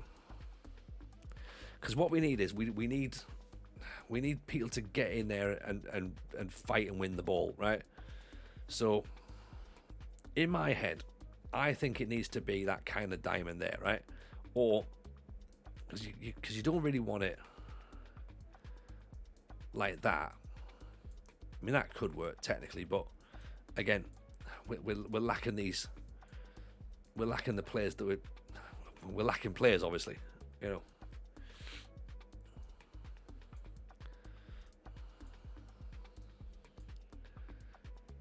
He could drop there and do that, maybe. Rumbatala in the middle as a target man and support. I think he's a Trek, though. That's the problem. Even though he's jumping reach 17, he can't play as a target forward, apparently. I always end up something vanilla because I don't want to sacrifice anything. In the end, you need to decide whether you're an attacking or a counter-attack team. Yeah. Damjanovic DLF in that, surely. As well as Glob out on the right, Murphy as an AF in the middle. He's 6'3", jumping target. Yeah, exactly. Yeah, but he's lazy as shit. That's the problem. 9 work rate, 9 teamwork, 8 positioning. He's 7 concentration, 9 bravery. He's got nothing. He doesn't really care. I don't think. If I step out to get a drink for a few minutes and come back to a 3-striker formation and we're getting somewhere, you won't come back to three strikers, Kevin. I can tell you now, it's not going to happen.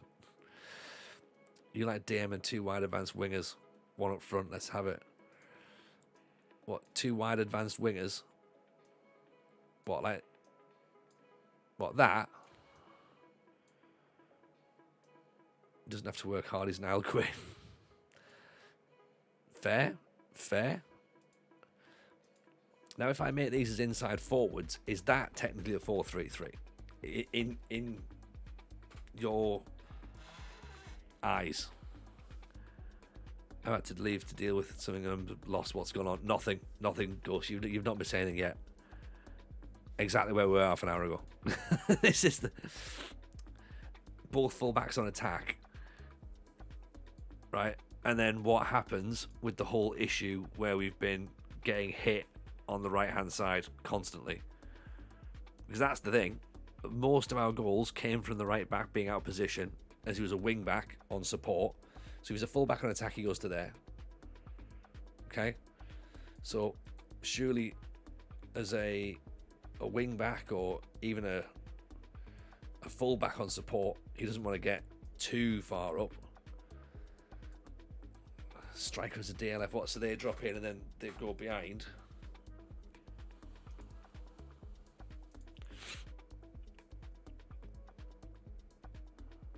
I sort of feel it needs to be one and the other. So like you need one side needs to go and one side needs to follow.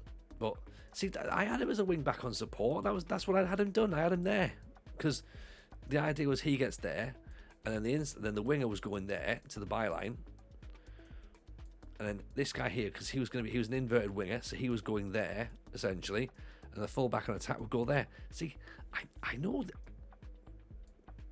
Getting myself wound up now.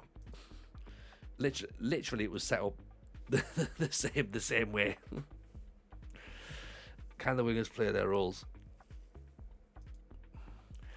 Maybe that's why he kept getting caught out then. To be honest, because he wasn't a good enough wing back. That's maybe why he was getting caught out. Top-notch centre back to go with a better right back. Maybe that's part of it as well. The partnerships were bad. Yes, that could be a thing.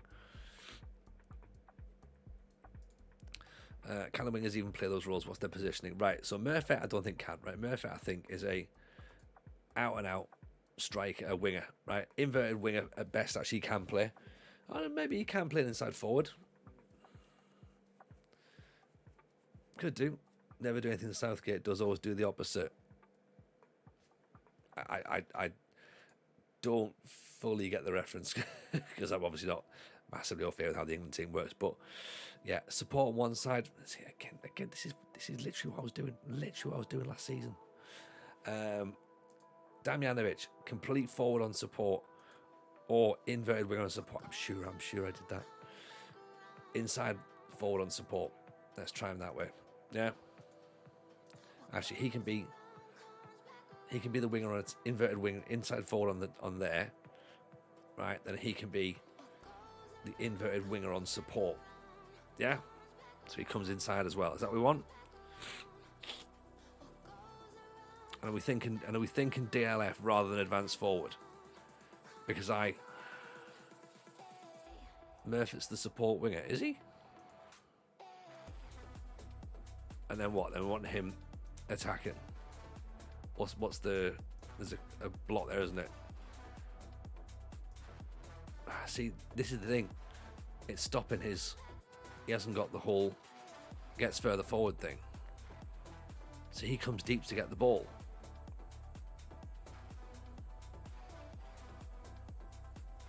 So he's actually just a standard winger, to be honest.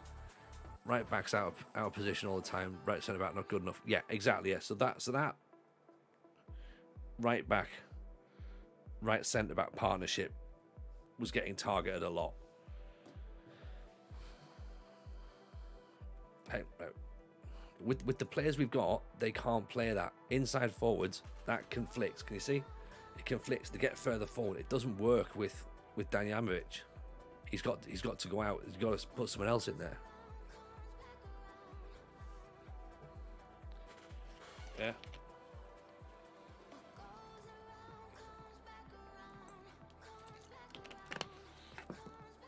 Okay. So if that's what we need to be doing, then it doesn't work.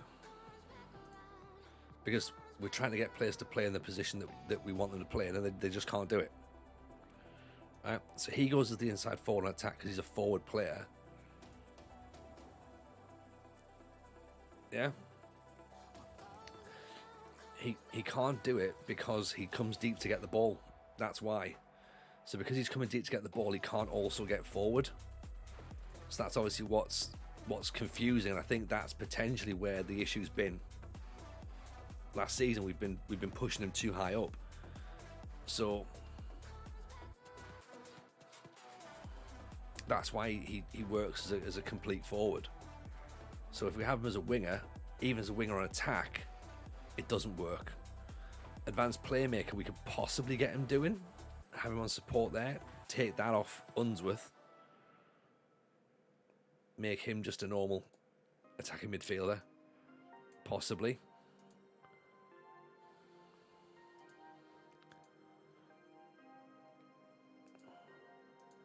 Make him a playmaker. Yeah, so we have him as a playmaker there.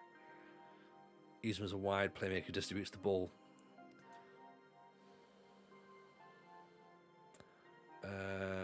We haven't got a wide playmaker unless we pull him back here.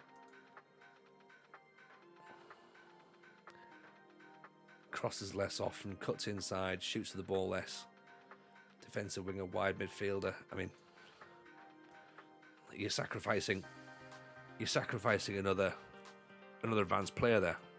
You know, this is painful at this point. This is what happens, though, Baron. This is exactly what happens. Like, we have to go through this. We have to go through this process. Otherwise, it just, we end up with the same thing next year. Like, here I am.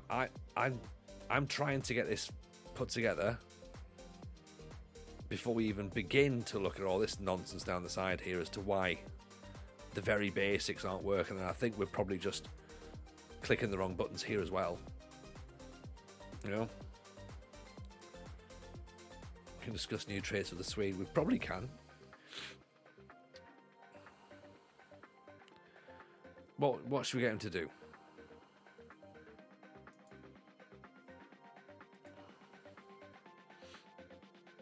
What we wanting for him?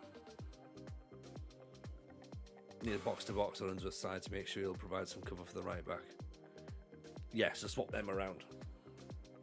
But then you can't have Unsworth and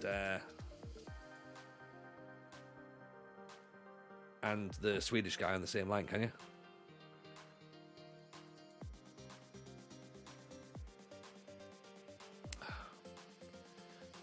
No, he likes it. The coach seems to like it. Volante on the right side. We can't have Volante on the right side because you've got to have Volante as two defensive midfielders, and we're not playing with two defensive midfielders. I mean, we've done Volantes as well. We did them last season.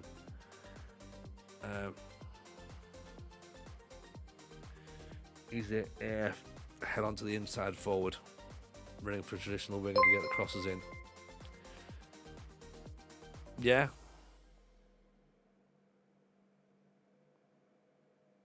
Not come deep as much. Thing is that they're happy with him doing it.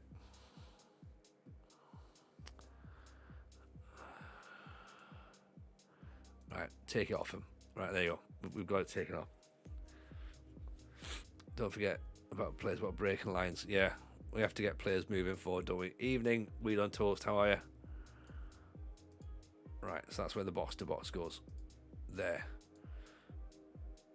And this guy can be the Mazzala. He can actually go out into that bit. I suppose technically they're going to clash, maybe. Right wing back in front of a right back, solved. Yeah, well, but right, I'm not playing asymmetric for no reason. Okay, there's got to be a reason behind it.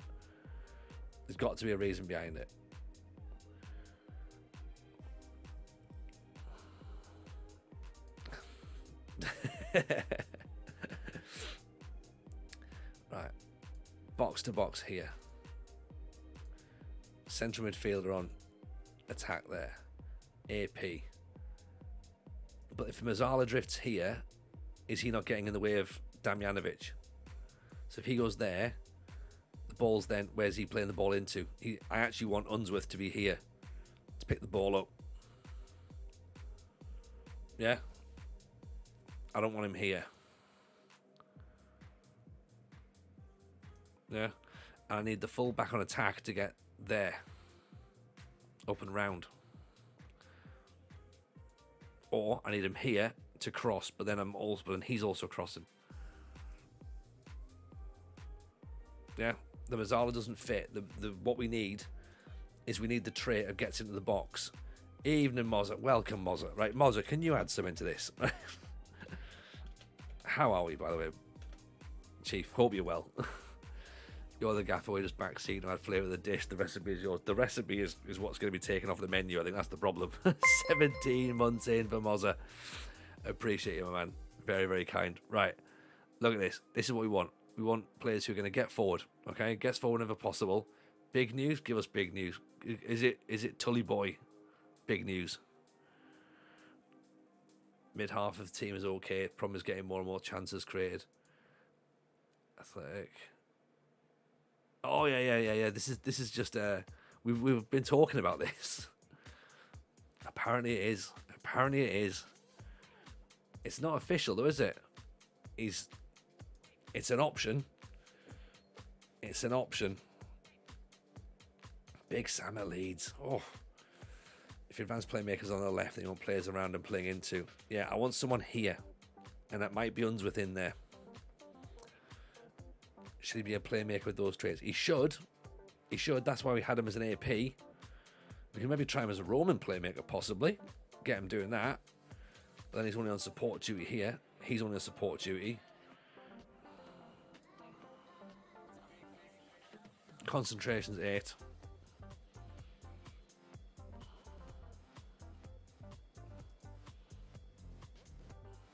I like him breaking in the lines and getting in the box. Maybe we sort of get him tries long range passes. I mean, he could even play as a DLP, really. Roman doesn't mean forward and back. Mazzala, Phil. Yeah. We've already got rid of Mazzala. We're not bothering Mazzala. That's not for us. At this stage now, I'm thinking. Actually, no, because he's always been caught out. We have to go with the attack down there. The growing pains of a new tactic. Thing is that what will happen is we'll go through all this and it still won't work, and we'll still be stuck, and we'll still be going, well, what on earth are we supposed to do? You know? 10 games in, we'll be sat there. Right. Because Hayes is a Mazzala, really. Or Hayes goes in the role where we've currently got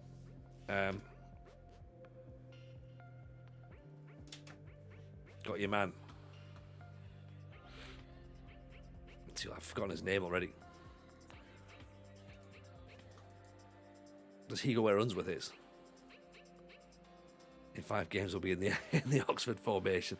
Oh, if only we could just do that. If only we could just do it. This will all be fine when we get the right players. The right players in the right slots will definitely help.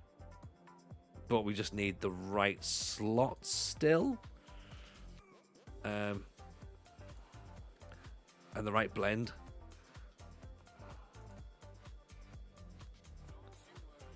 I still don't think that's a million miles off. Not sure if the new lad and Unsworth can play together. Maybe not. Maybe they rotate in and out. Possibly.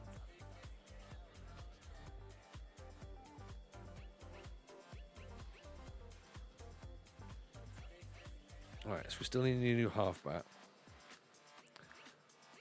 The chat can go there actually, which means we might need new box to box. Spend the off season sorting out the cohesion. Martian's just a wide player, to be honest. He could even work out. What he could do is when we need to close the game out, we can put him in as a defensive winger and get him to track back. Because he does have tackling of 12, sorry. So he's going to be quite handy, doubling up. Ball winner, sorry. Yeah, because we want him up and down, don't we? Who are you hitting your early crosses into? Golubovic, really. Personally, I'd rather work the ball in the box. I think that's. I know I'm a bit of a football dinosaur, but I do like the idea of like little sort of knock the ball in, play little triangles, work the ball around, get the ball, bit of space, get the goal that way. I don't know if we've got the players to do that, and I don't know if we sit too high up and defenders sit too deep for us to get in and behind. That has been a concern for us, right? We have got control possession on, which again might be part of the problem. maybe that's not quite the way to do it.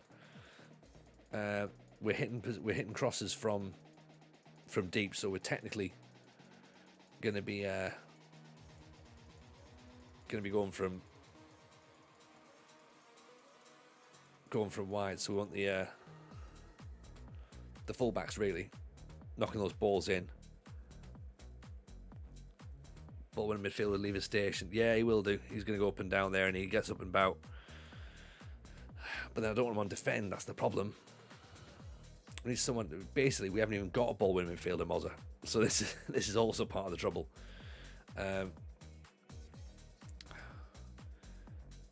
Vertical tick-attacker, quite narrow. Play a bit more direct. That might work a bit more for us, mightn't it? Take all this shite off here. Buy one. Yeah. It's on the list.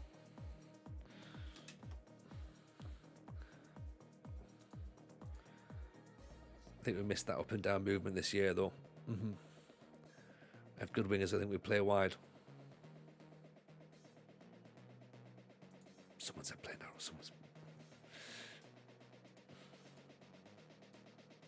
Right. So would that make sense then? So essentially, a vertical tick attacker where we don't play through the middle, we play wide. So is that normal tick attacker then? We're asking the wingers to come inside. Suppose technically, Murphet is, yeah. Damjanovic can stay out if he wants to.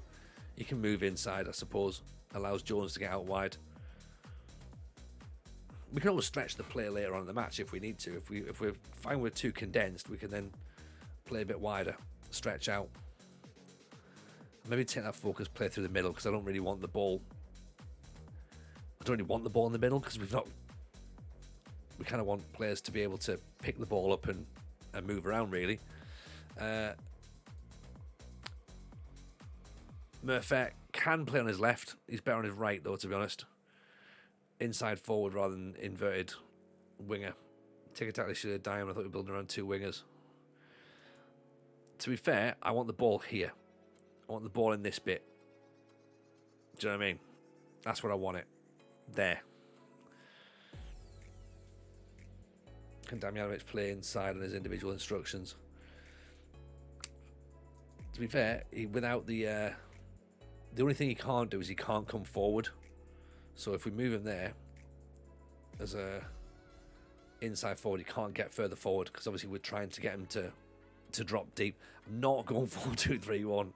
I know it is, but I'm not doing it. I mean, we could.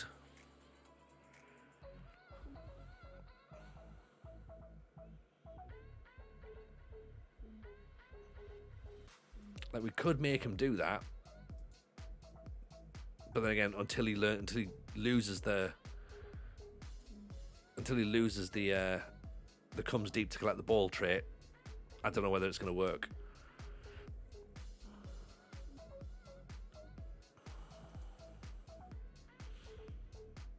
I guess we take the play out defence out as well, do we?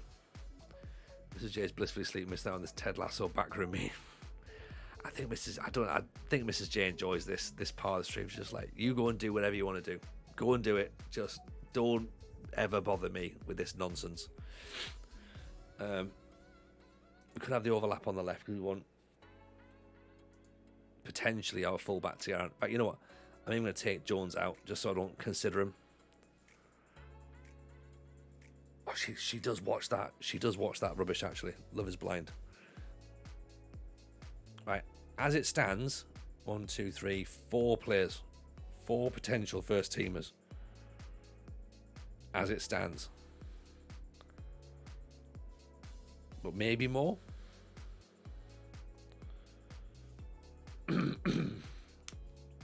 Would we agree?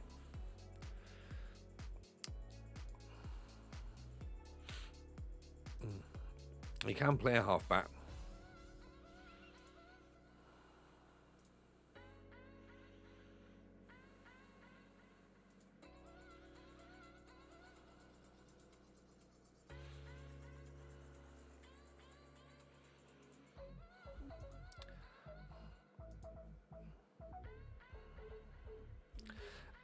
The thing with Golubovic as well is that he can drop, but if he does drop, into this hole is who goes around the outside of him.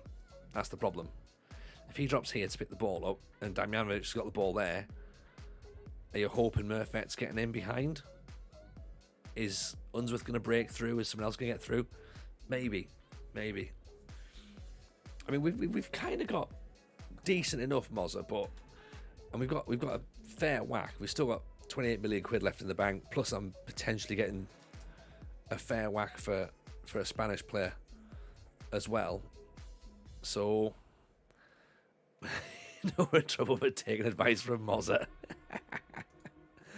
This is where we're getting a problem. Dougie Freedman stitched us up as well, to be honest, like previously. So maybe we don't ask Dougie Freedman for advice.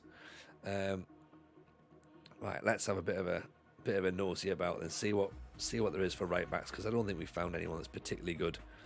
To be honest, before he's a real head coach now, actual gaffer and everything. Ball playing centre half is what you need. Get that centre back in there.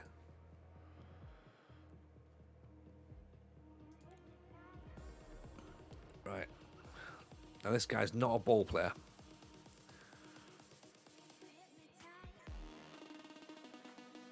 His jumping reach is only 12.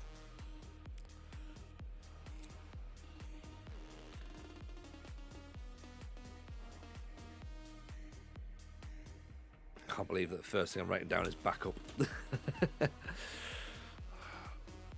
For players that we're looking at, is he worth buying? He could be a backup player actually.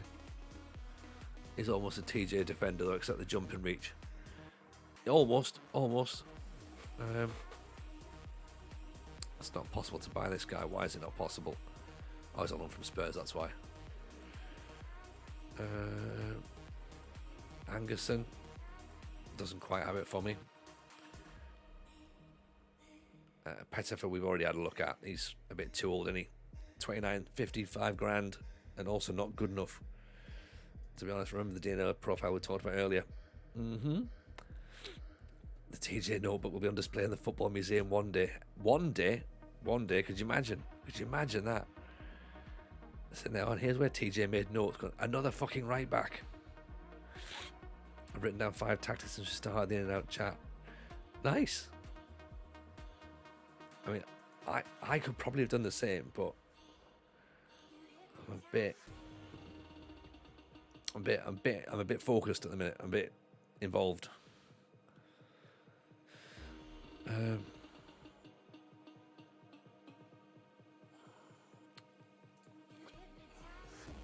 We looked at him before. He's not really good enough either, is he? Not even close to us. And you know what? This is the joy of all, isn't it? Like, because I could put. Do we put this part of the save in the Discord as well? Go on then. See, away you go. Everyone can jump on it, get themselves going for it. See where you're going to end up. Could do a spin-off channel where RDF reviews these chats. Right, everyone's putting RDF on this pedestal. Right, no one seems to remember that before. You know, he's not always been RDF tactics. Before he was like RDF, not tactics. Don't know. Key attribute for players. So with DNA we want determination, work rate, stamina, and teamwork. That's what we're after. Our key attributes. Now I don't want to have to search by that, because again I don't really think that's real. But that's what I'm looking out for, to be honest. Who was the lad from Plymouth? About 32, I think he was, wasn't he? That lad there? Every time I watch RDF, he plays 3 games, then rage quits. Exactly. At least I stay and have to suck it up. Deal with it. RDF, not tactics. Wasn't the catchiest of names. Hasn't RDF been a forum legend since FM12? I've been a forum legend since FM12. I've got a stand-up show, not RDF. I mean, to be fair, that's probably why I've got a stand-up show. He takes it seriously, and I'm like, I'll just buy big lads. It'll be fine. You know, let's get Llama involved. Let's get Stinger over here. Let's get everyone involved. You know, we have to look at all these things.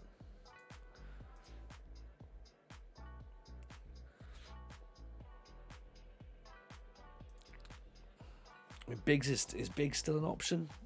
I don't know if he is he?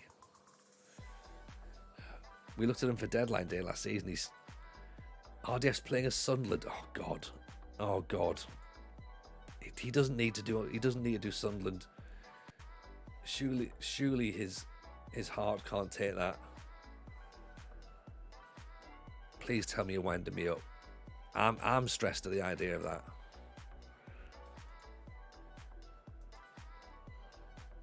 That worries me. So Biggs was one of our guys at Huddersfield, Rogue Mozza, and we looked to try and get him in on deadline day as well, but obviously Huddersfield couldn't get a replacement signing. And he was great for us when we were there. Did the business. League One did the business in the Championship clearly.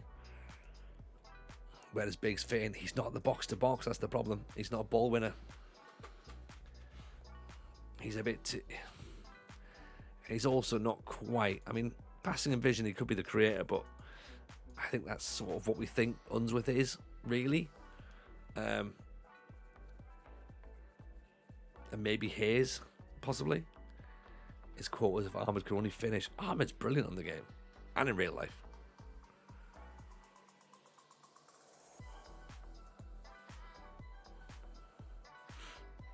Enjoys the big games. Classing him as a winger. Interesting.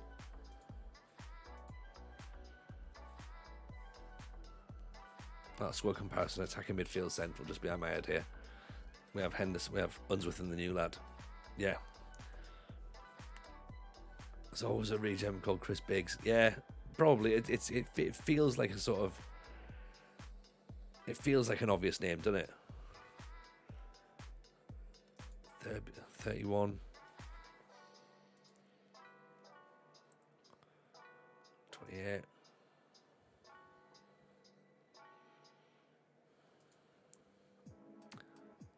29. A few greens in there. There's one for my Chelsea save. I'm wondering if it's a developer then. I wonder if it's someone who works in the studios. If the same name keeps cropping up a lot, it's possible.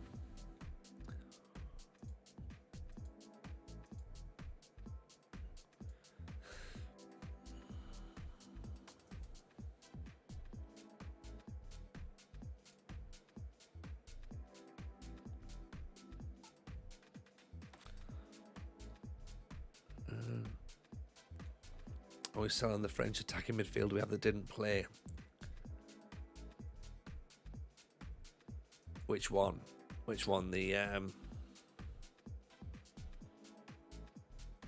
Ruhald, that guy there.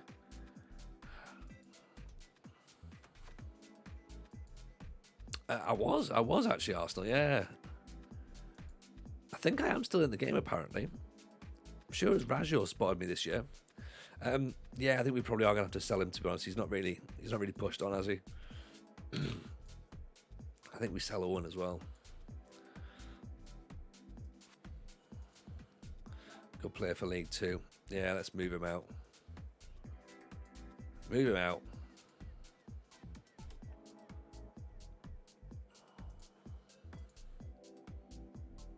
Also, Michael Owen's agent. It's true. It's true.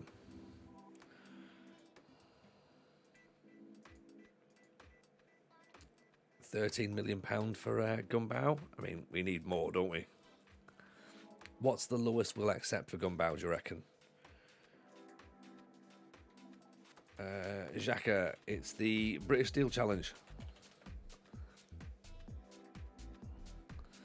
That's what we're doing right there. Do you reckon we nudge it up? 20 million?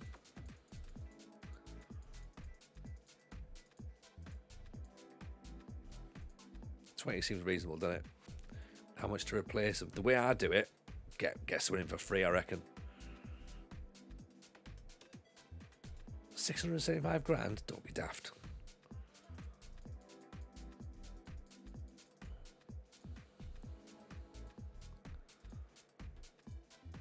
Squad planning for next season. Just done it. Release clause leaves Horcross uncertain. Now, see, we looked at him as well last season. But again, he's doesn't want to sign for us, sadly.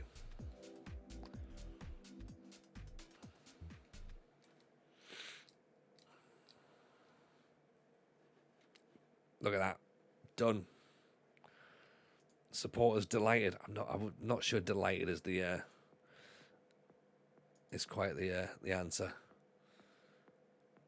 They'll tolerate the fact that we're there.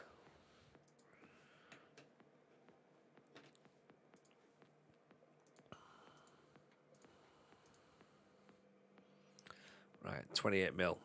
That's all. That's what we've got so far, and then obviously whatever we can raise from player sales. You're right, Arsenal. I wasn't stressed about it. Shadow King, welcome in. Appreciate the follow there. See, look, because as well, look, Arsenal. There's nothing else better. There's nothing else around it that's jumping out at us. You know, that we need to be getting a look at. So sometimes we do just have to be like, it's going to be fine. Don't worry, it's going to be fine.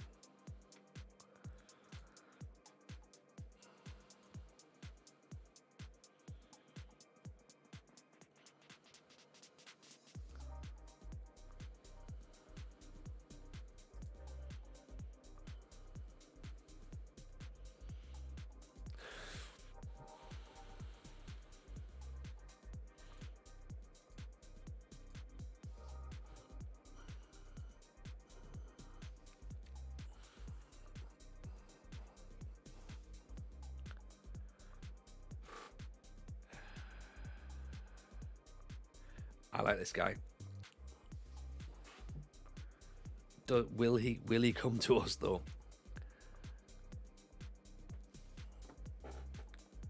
Could he be our right back?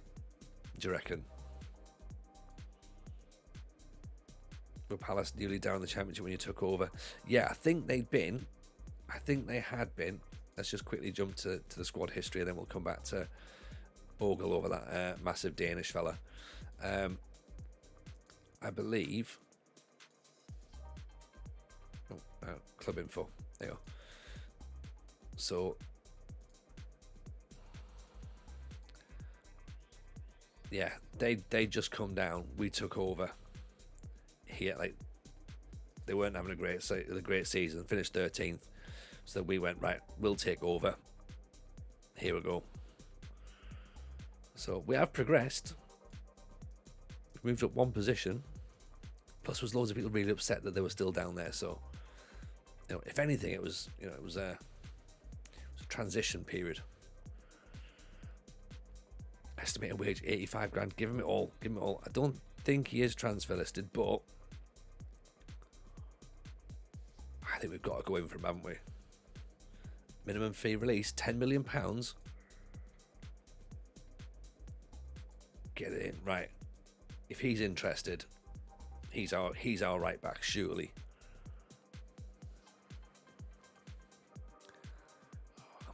I'm just. The thing is, I'm allowing myself to sort of be like, oh, he's good, knowing that we aren't getting him. Like, it's just not going to happen, is it? But let's at least be like, yeah, we might get him, possibly. As an exact price that was listed. Yeah, that makes sense.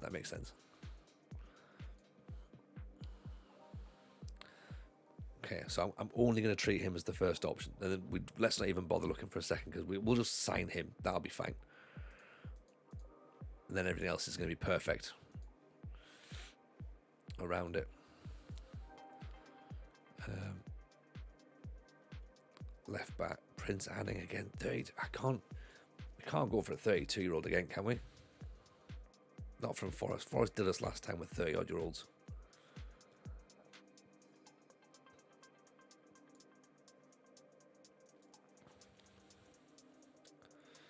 Tackling's only 12. 14. Crossing ability 12. Dribbling 11. Tick the interest and transfer box. We've got that.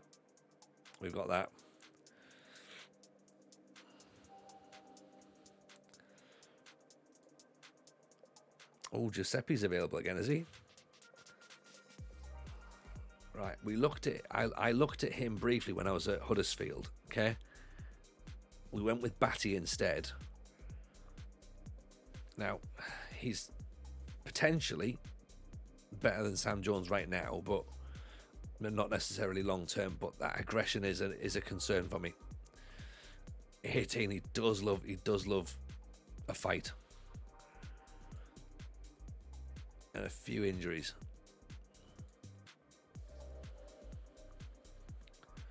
Likes big matches though. Perfectionist, is he?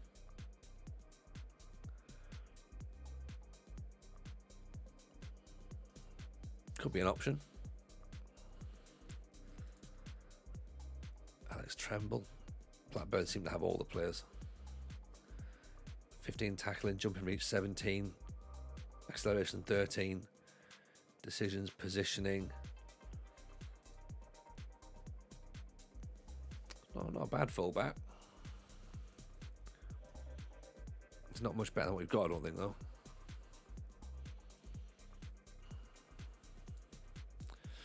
Is that where we're going wrong, signing players from Blackburn?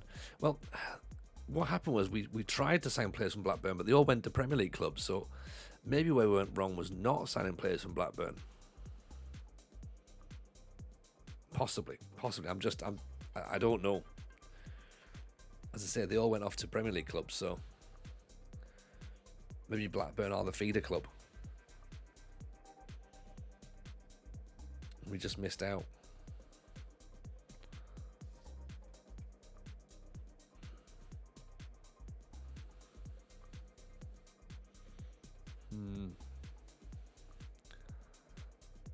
We could look at Premier League loans as well. That'll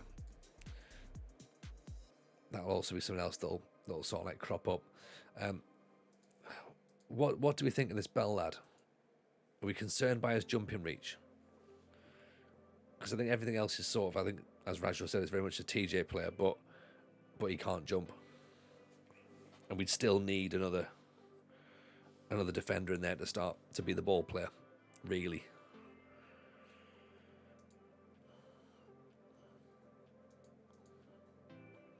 I might be able to get him for a bit cheaper. He's better than Serra.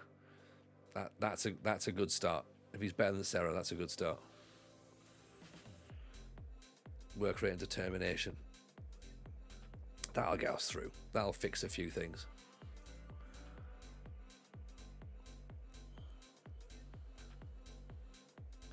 Highest fine jumping reach isn't too bad. Isn't too bad, we'll take.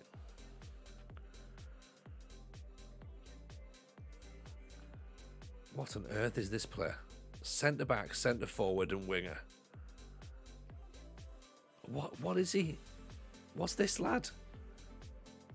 Likes the ball played to feet, cuts inside from the left wing, but can also play centre half.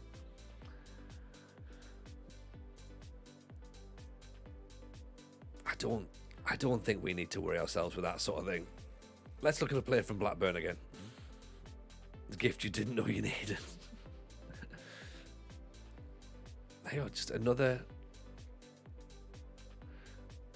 Blackburn player that just plays everywhere. Where's Ty Collison? 26 goals last season. He's 29 now. Jumping reach 15, off the ball 15.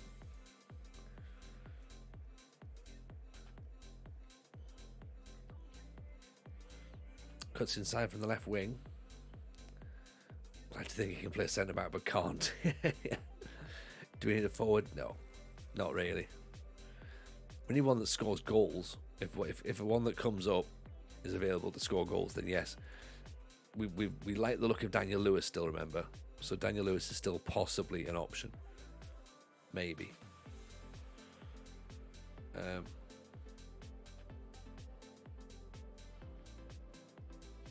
had two that score goals elsewhere.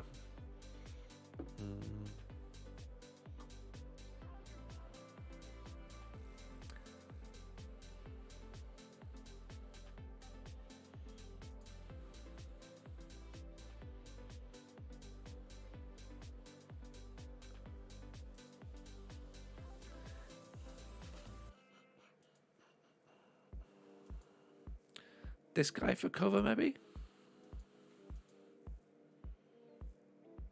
Or have we been burnt with Croatian defenders who can play all across the back? Dubbed the new Gvardiol. Okay. He's not the next Simic, he's Gvardiol instead. So that could be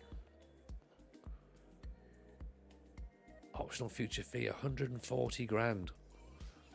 All right, let's see what happens. See if he stays or goes. Leighton Lucy, 29 now.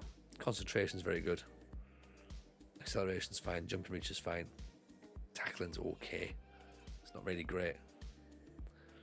But yeah, just trying to find a ball playing defender's just like really tricky.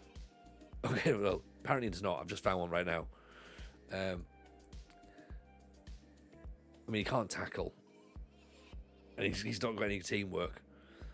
But passing of 13, vision of 16, technique of 15, anticipation of 15. Can he?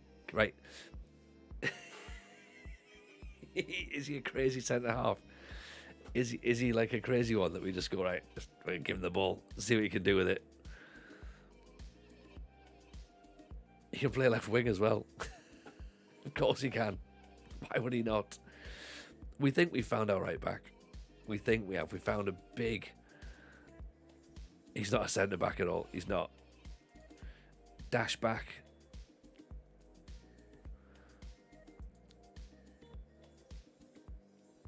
I mean, he's okay. He's okay. Passing of 13, vision of 13. Jumping reach of 15. Libero for bands, yeah. I play with 3 centre halves, but only 2 of them are actual centre halves, and we haven't got a third. Dashback could just about do the job. Acceleration 14. Well, tackling's only 12, though, was the problem. Runs with the ball rarely. Refrains from taking long shots. He's at Augsburg, so he might be able to help Gino as well. Is it bad them sitting rating their team by their names? I think he refrains from taking long shots. Yeah. No, he's got an assistant right back as well. Fair. Tezuka. Well, to be fair, Mozza, that's pretty much how we are at this stage of the game as well. Like, we're that far into it now that you've just got to be like, yeah. Does he sound like he's going to be okay? Maybe. We're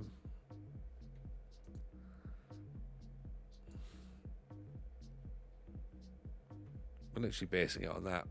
Just guesswork at this point, isn't it? If it's a funny name, they're worth a look. It's 100% true. It's totally true.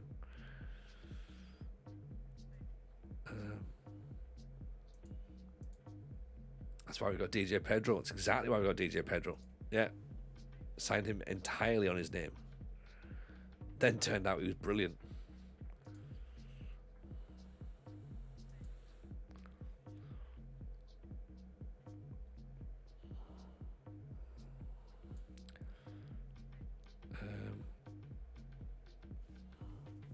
Yeah, I'm not massively sold on Regis either.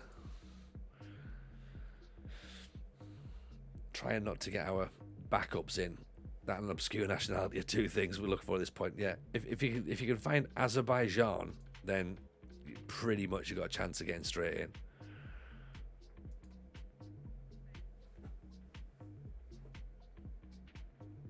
Like that pretty much gets you. That definitely gets you a seat at the table. Just be like, right, start the conversation. Now what? 36.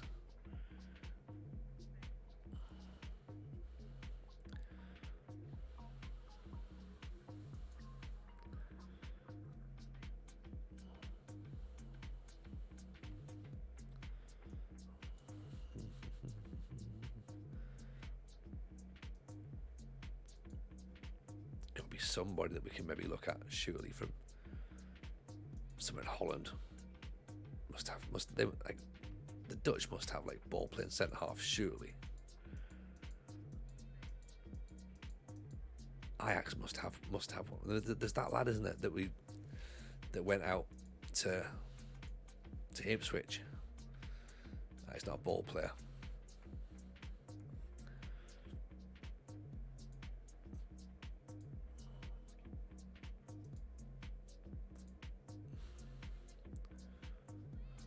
Let's see if we can get this guy next season, though. Half Venezuelan, half Eritrean star in my team every season. Yeah, absolutely. In he goes. Maxo's got doubts. Well, let's make those doubts disappear, shall we?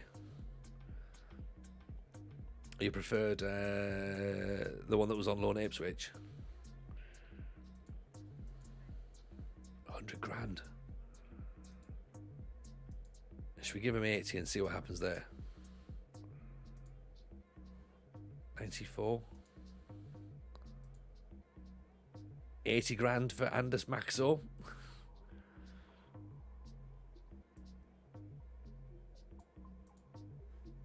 I mean, we have to pay the money for this guy, surely. Like,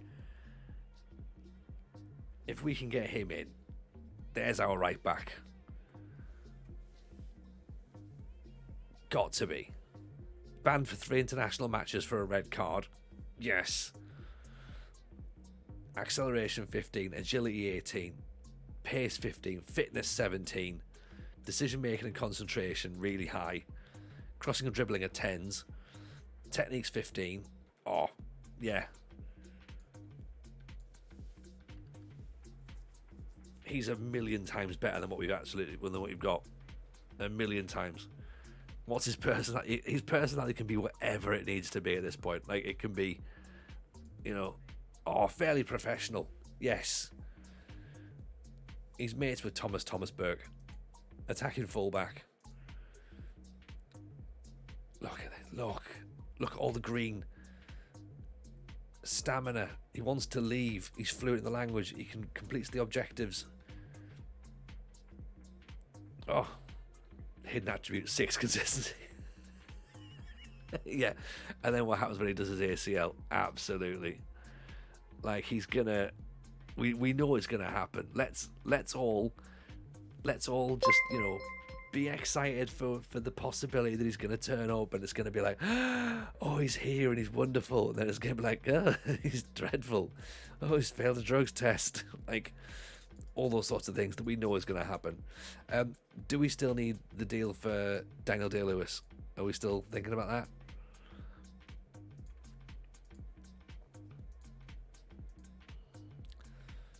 We lost 150,000 followers. Ooh.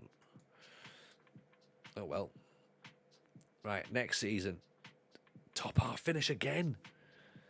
37-38 season, getting the playoffs.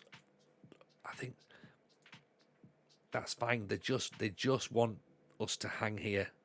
Stay where we are. Nothing major. Where are we going? Right, where's the pre-season trip going to, everyone? The Algarve, Andalusia, London, Scotland, Ireland, Austria, Switzerland, Holland or France.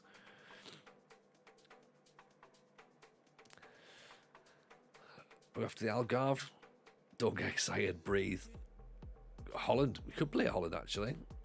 Coldest place you can find. Alright, Ireland. Scotland it is.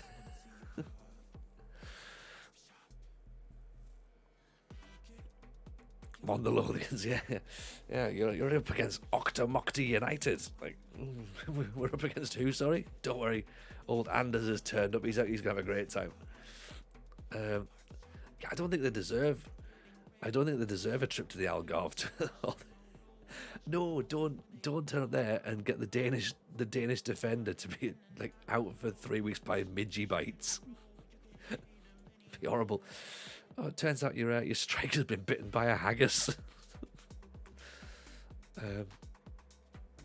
Play Lewis as a porch and he'll bang him in. Right, tell you what. Raggio's saying go off to Andalusia. 14 mil. Is that enough Should we hang fire now? 14 million plus 4 million after 20 games, so it's still, it's 20 million quid. Should they match against a non-existent side? I mean, we might score against them, possibly. We might.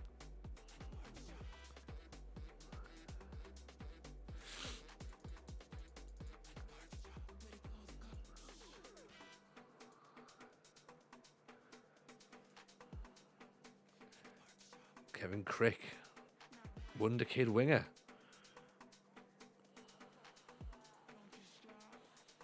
A star player for his country. He doesn't need to come to us then, does he?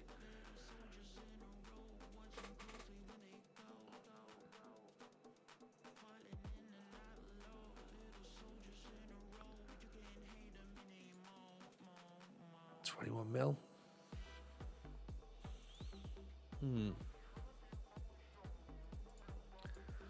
Right. Okay, we'll accept that then. Youth facilities have been downgraded slightly. That's fine.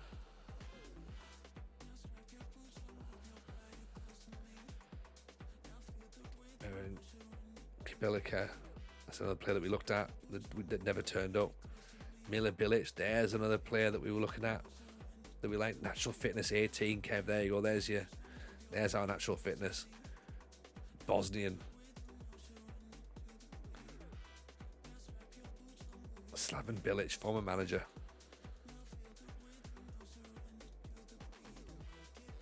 Just hates everything though. Doesn't complete his crosses, doesn't complete his tackles, doesn't complete his progressive passes, doesn't really run. Maybe, but a terrific signing. Don't quite understand how that's going to work, to be honest.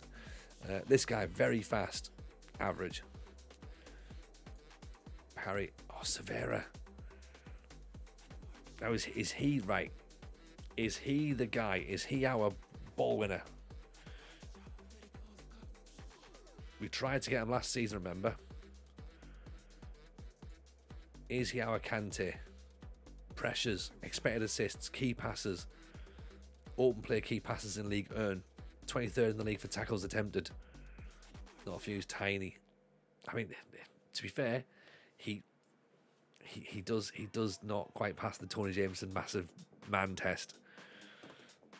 I'll be honest, that is a concern for me. If you can grow a little bit, that really help. Positioning is a concern for you, and bravery, yeah, okay. Jumping reach as well is worrying. Okay. We'll see. FM Daddy, welcome in, buddy. How are you, pal? Nice to see you. Hope life is treating you well.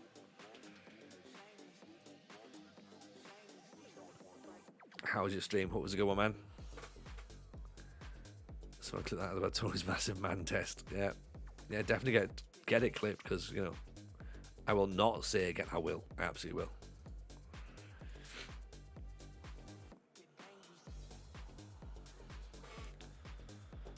What badges and experience do we start the save with? We started with nothing. Absolutely nothing. We just the badges in our sticker book. No, unemployed and no badges at all. So it's just like, right, let's just jump straight in, see where we go. And we ended up with Banbridge first of all in Northern Ireland, and then we just started moving on into Portadown, then Dungannon, then Linfield, then into England with Oxford, Scotland with East Fife, back into England with Huddersfield, now Crystal Palace. All good couple for you. Slough flying in the Premier League, 12th. Nice. Good work. Very good work indeed. David Silva wasn't a giant. Kante's not a giant. Claude Makelele wasn't a giant as well.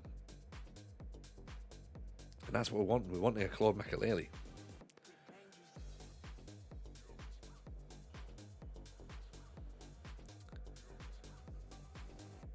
Right. Offering Ben Hall out as well.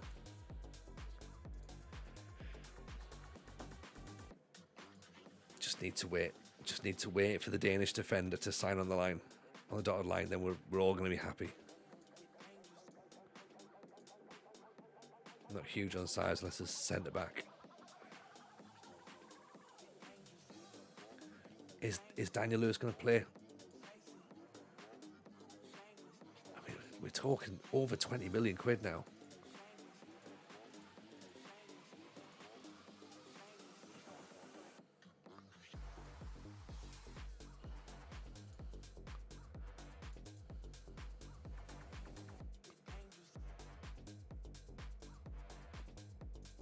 Tell you what, 16 million quid, and you can have 2 million after we've won the title. It's a lot of money.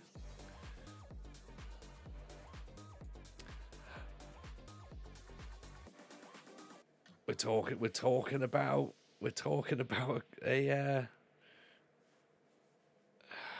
looking for his work permit. We might be getting him.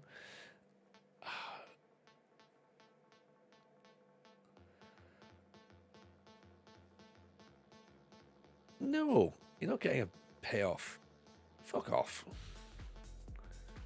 No. Is anyone else in the Danish national team or under 21s? Let's have a look, shall we? See if we can get any other. There's 27 caps for Denmark as well. London, the goalkeeper, on loan from Bayer Leverkusen. At Cardiff.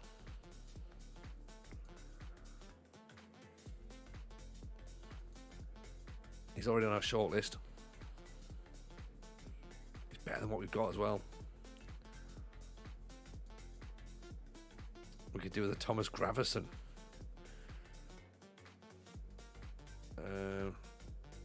Like this guy, you've been 6'3".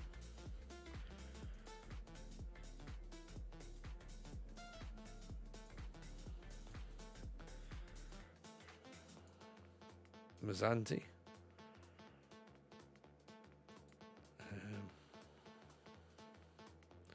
Who else? Morten Clement. 6'3" attacking midfielder. He looks handy enough, doesn't he? What we need like someone. We need a proper, as you say, someone like Erasmus Staustrup. Sunderland, 53 million. That's the sort of player that we're looking for. Evening One Club champ, how are you, pal? Welcome in. Pleasure to see you. Hope you're good, man. Hope life's treating you well. Henrik Nielsen. Mads Bidstrup.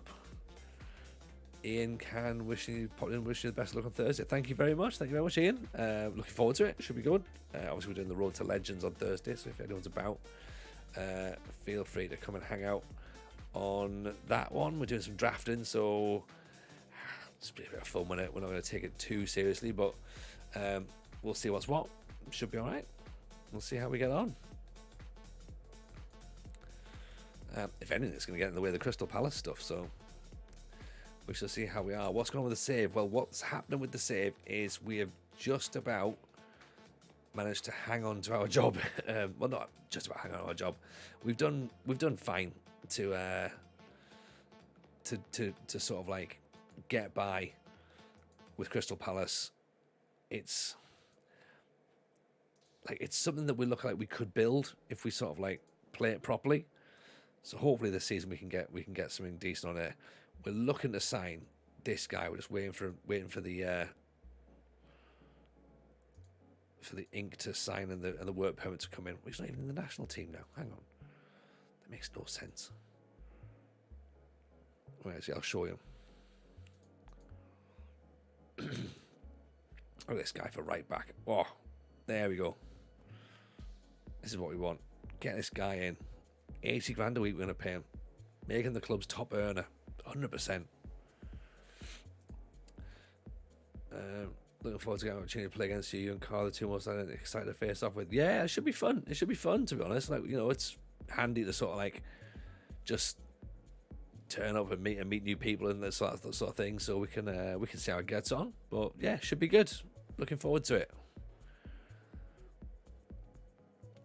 Stick more money in performance bonuses. Let's have a quick little look then. So we see. Oh, tell you what, you can have £1 million after an international.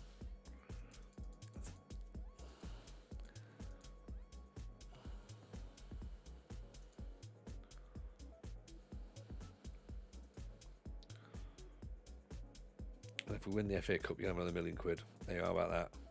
So technically takes up to 21 million. I feel like we're nudging a bit too much more on the on Daniel Lewis.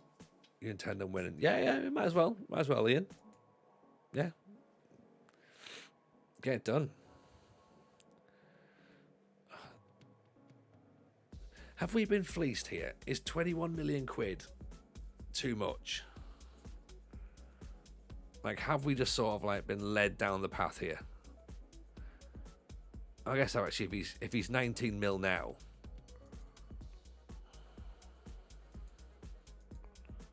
or is he though?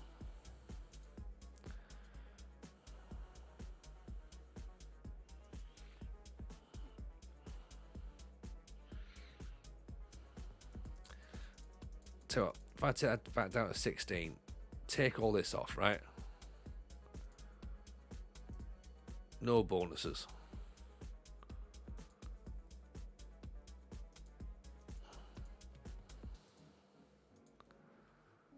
I mean, they obviously don't want him to go. That's why they're playing hardball on it.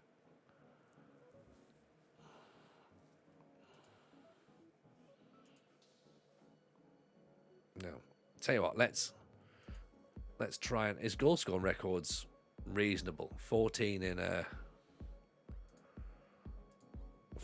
38.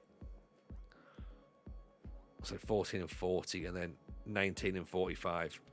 So reasonable in a team that finished 20th actually. So it's not like he's been at the top of the table. He's still been getting goals. So let's talk about him, see if we can butter the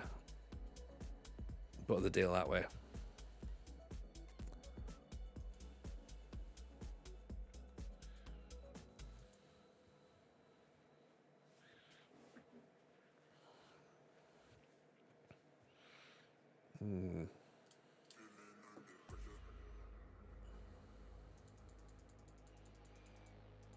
Right. How's about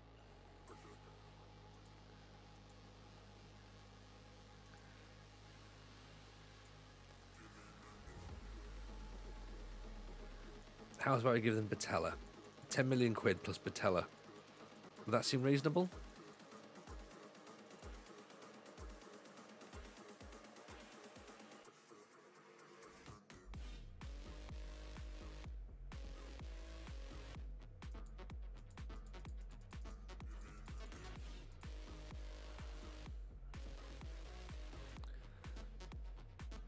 Okay, Daniel Ball's coming in, that's fine. So there's another centre half.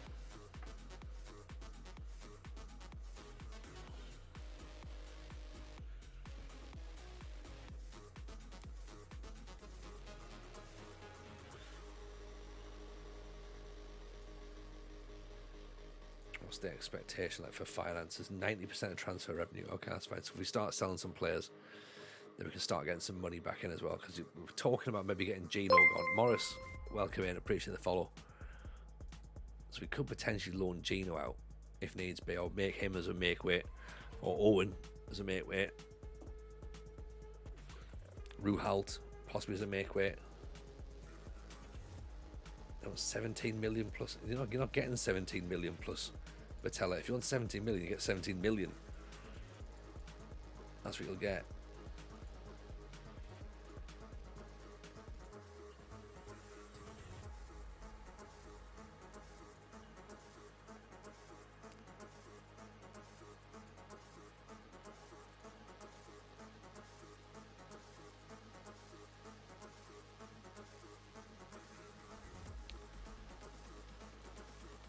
Starting to think they don't want him to go.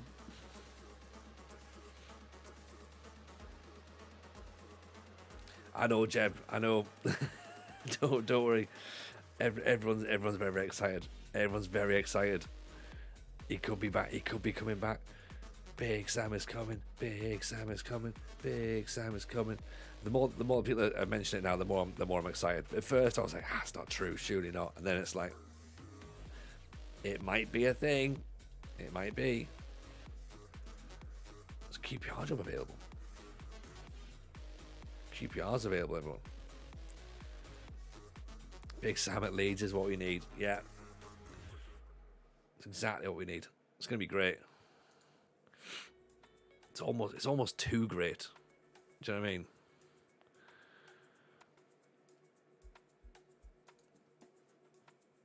Right, so they don't want that Farouk Holt then.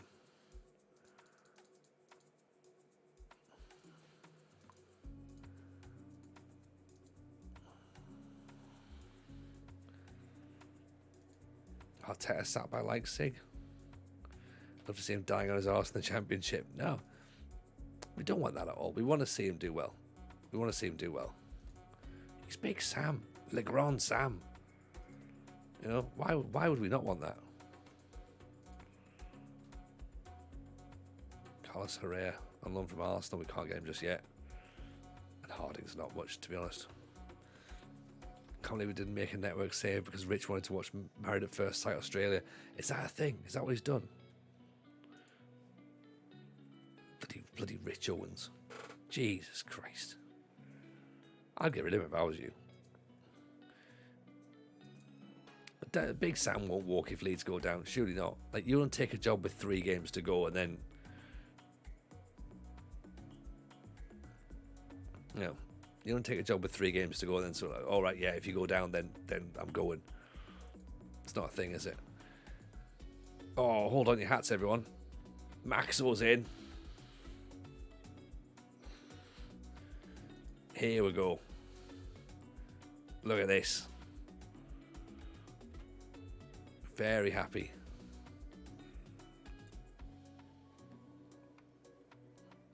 He took the England job for 1 game. I don't think it was his intention to only take it for 1 game, though. I think the intention was to try and get maybe 1 more game.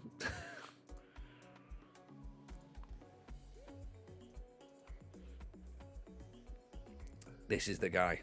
Bet he breaks his leg in a friendly, 100%. He looks more cross than you do in your pictures.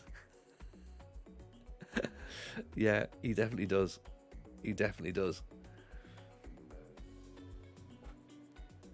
His name sounds good in your ear. Yeah. I hope, like, right, he's not going to play in pre-season, right? We're not playing him. We're wrapping him up in cotton wool, so he doesn't play any matches. Sadly, he's going to be, he's just going to be unfit. 100% record of England manager. That's the real quiz. It's true. There's a lot of truth there. No, it's not fake. His name can be said by anyone. Gary Reid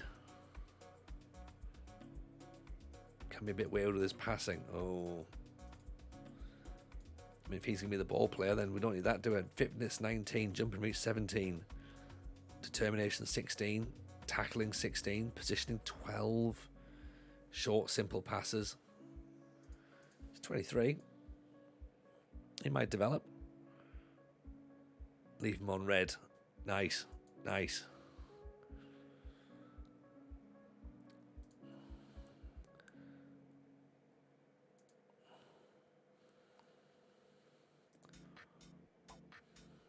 It's Thomas Stacey, Ben Allingham, Sean Percival, Breeze, Ronningen Jurgensen.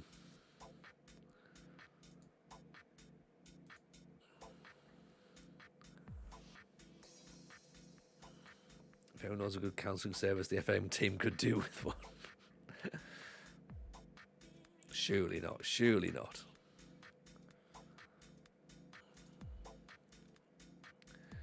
Dean Murray, advanced forward, 22 years old, Scottish, 13 goals in 31 games, finishing 18, composure 16, decision 15, off the ball 14, acceleration 15, no jumping reach, position's not great, work rate's dreadful.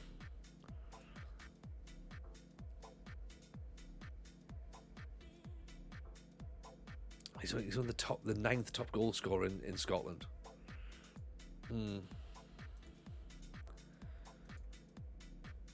Carstens.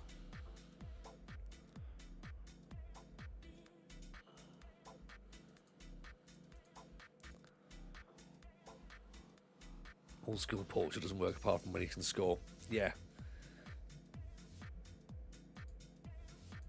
Yeah, if he scores, everyone's like, oh, isn't he brilliant?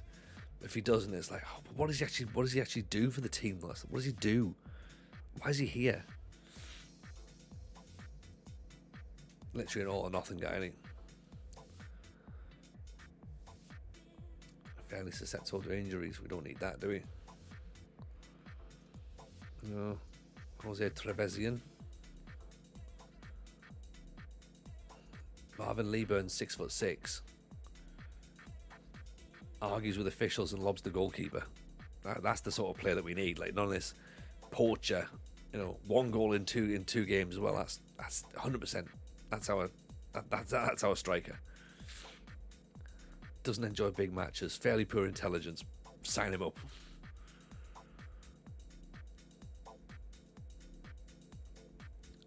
Null sights.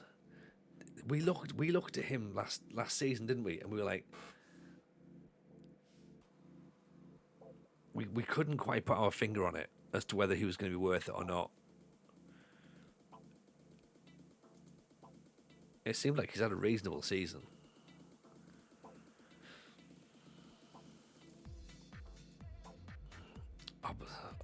Ospinski, we looked at him, but we went with Golubovic instead. Scott Jones is one for ours. Positioning was the concern last year, yeah. Barnsley have beaten Stoke in the semi-finals. That's right, folks. The season hasn't even officially ended yet. This is how long we've been doing this.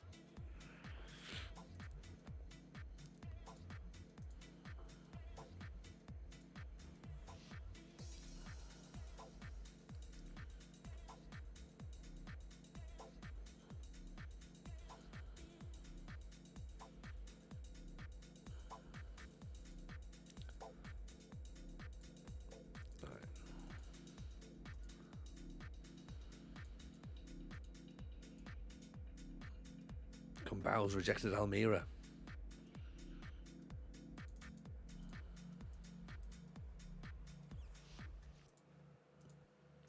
Fair enough.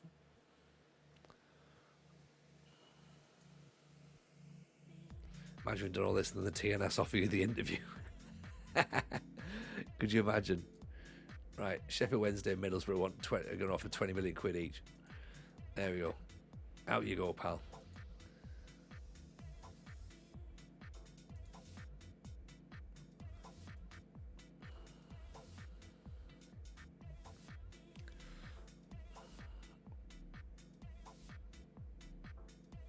Dennis Bees.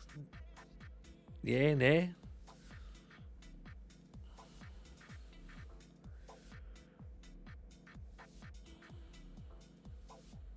He's not quite the box-to-box winner, is he? Or the ball winner.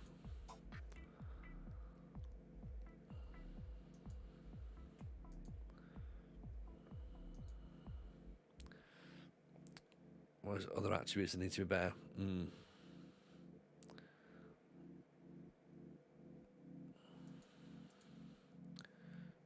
Arnold, striker.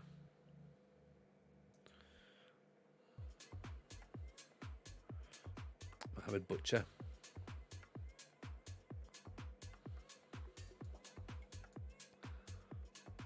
Not just the highlighted role for the attributes. Yeah. Yeah.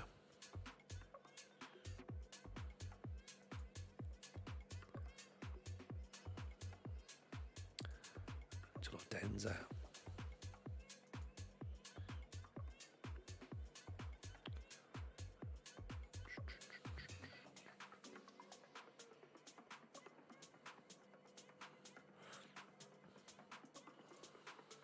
Trying to look as well of like sort of someone who can just literally hit the ground running as well.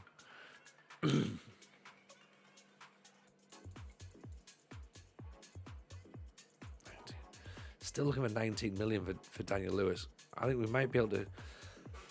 Do you think we can hold out until the end of the season?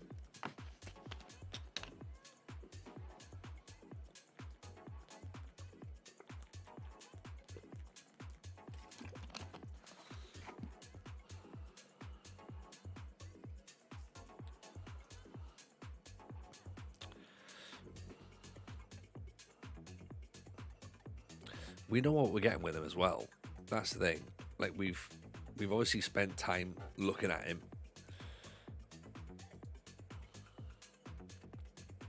Is he going to be what we want though?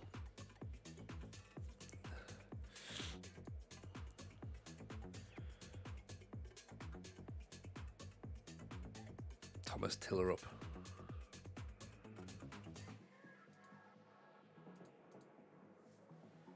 Is he the best option? No.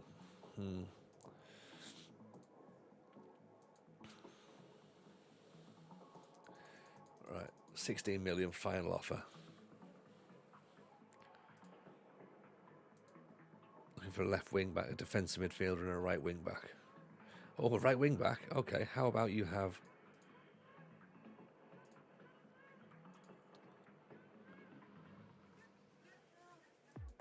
a Deji then? Right.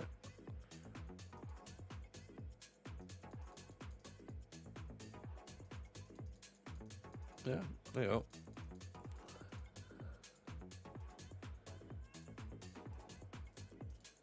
No concentration, no bravery, positioning shit. You make a fair point. You make a fair point, Ghost.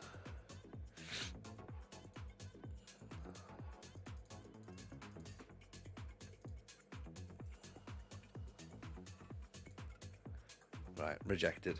That's fine. They'll come crawling back. You know what I mean?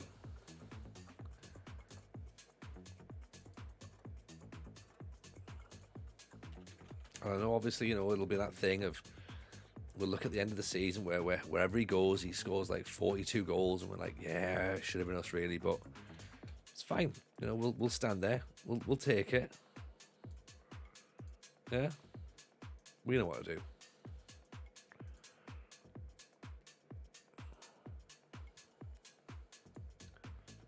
We know what we're doing.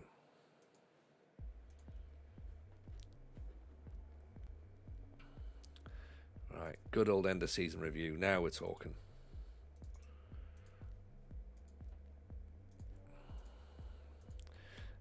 Do we want a copy of this in the Discord, by the way? Do people actually want to start playing from this part of the save? Should find out, shouldn't we, really?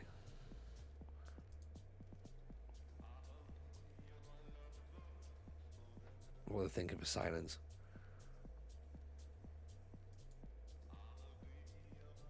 It's not a players you have a terrible, you can be patient, try and land the best you can find. Yeah, that's a fair point, actually.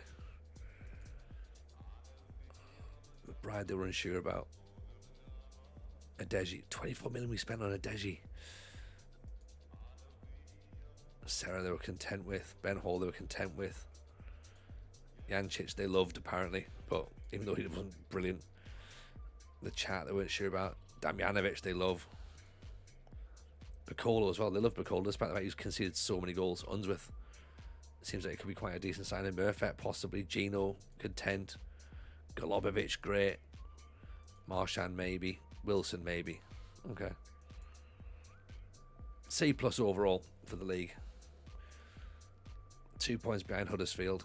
15 points off the playoffs. That's what we need to try and change, to be honest. Sponsorships, all that money down. Player of the season, The Cure, and Young Player of the season. Signing of the season was Lujek. Top scorer McBride, 5 goals. Oh, that's the problem. There's your concern right there. When your midfielder has got 5 goals and that's the top goal scorer, and he got 8 assists. Oh, I'm not even going to look at the rest. This is like dreadful. Dreadful.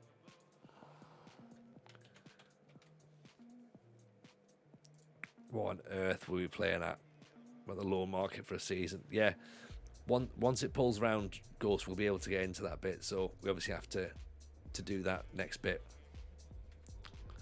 Wait for teams to release those players, and then we're good to go. Oh, it's all right. We can do something, right?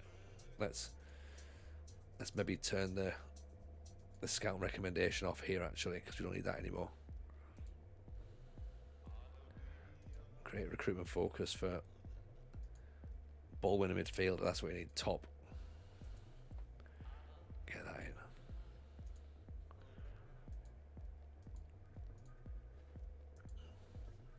It's a sad state of affairs, to be honest, for how last season went. But all it means is that we, just means we can start to push on, start to be better. Can't be any worse, surely.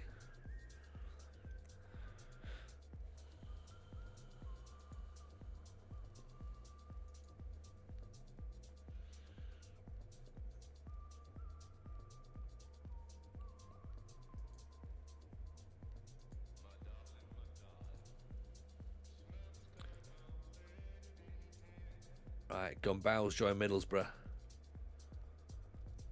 20 million quid. Watch him go and be fantastic at Borough. He's going to go and smash up the Premiership, isn't he? Borough got promoted, yeah.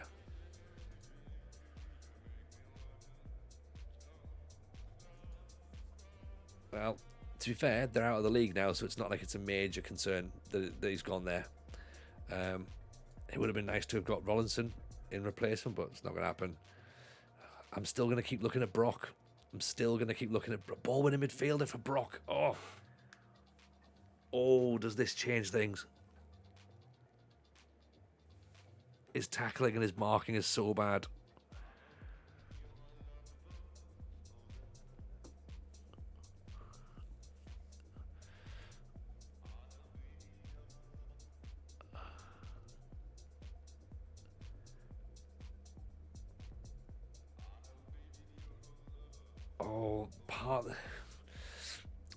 But so the full story with Brock was that he was a striker, right? He was a pressing forward.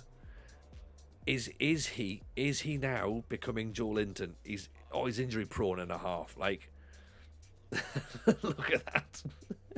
He's got every injury in the world.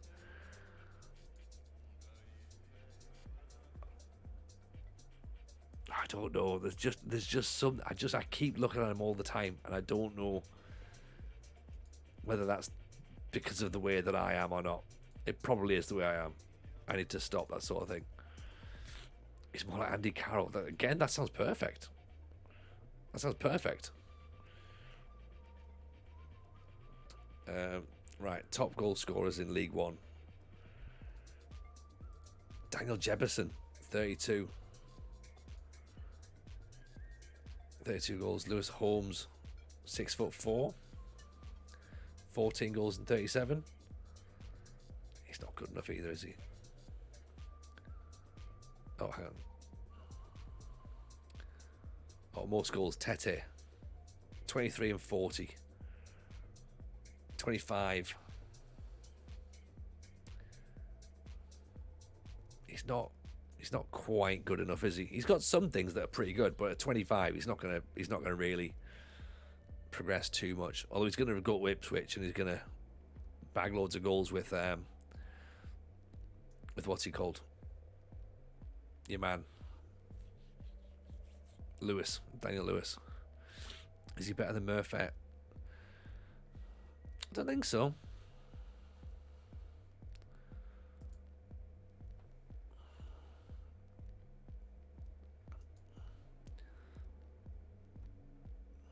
Murphy slightly better in the air.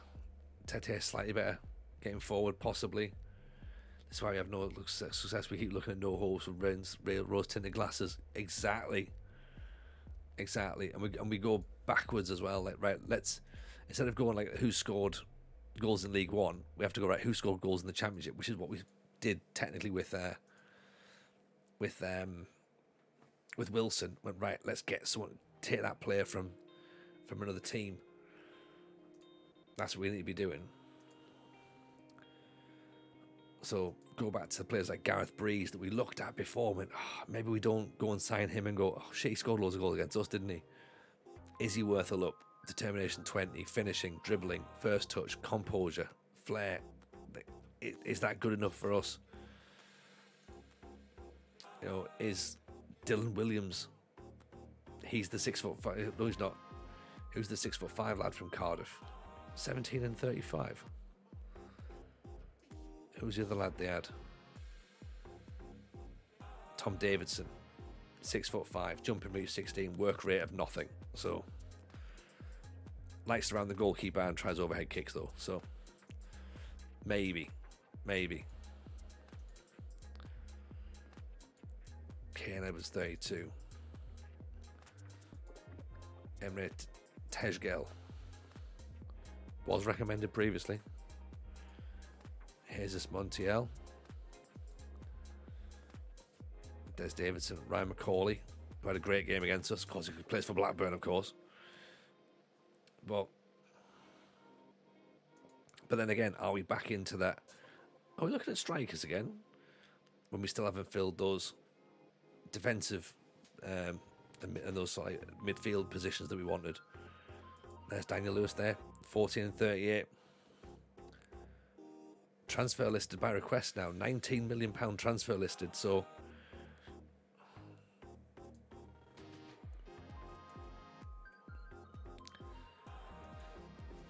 Fiorentina want them, Leeds want them.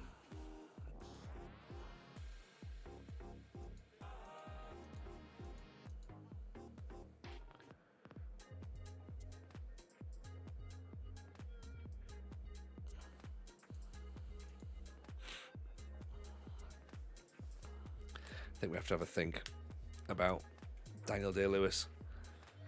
Part of me thinks we might just have to stump the cash up. Do you know what I mean? We might just have to go for it and go like, you know what? Fine, it's not our money. Let's just do it. Because we kind of have to try and buy our way out of this division now. I've tried being the nice guy. I've tried being like, okay, you know, let's like, you know, play fair and you know, make a profit. But now I think the plan is just fucking spend the money.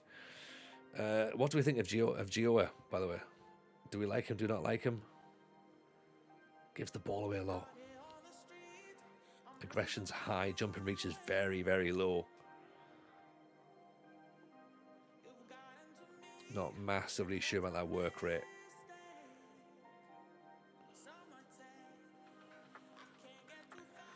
Solid, but nothing special. Do we just sign Paul Ward? get it over and done with. Right, let's get Wardy back in. That'd be great. On the work rate, mentals are very good. Yeah. Plus he's a fullback on defence, so he's not going to get forward as much as Jones does. So that could be a concern. Right, I'm just trying to work out what do we get to. Oh, Ali Correa. Of course, we loved him, didn't we? He's not going to want to sign for us, though, is he?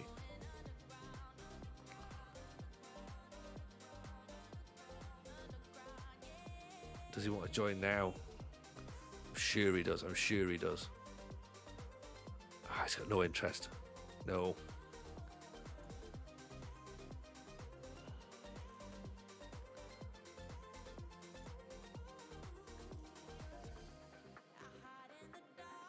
He wins headers. He gets shots away.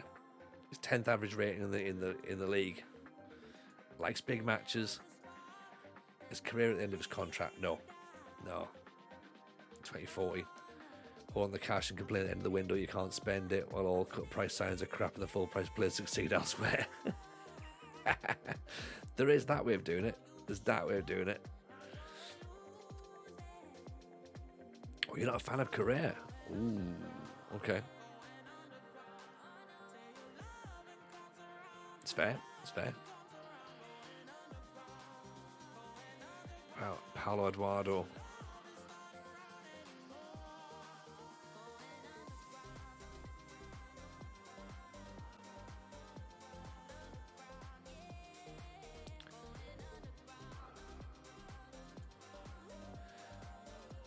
See, I'm still interested in me little French man. Sorry, that sounded incredibly patronising, didn't it? But, you know, me little French man, my little French lad. Right. This guy. I'm still keen. He doesn't want to come, but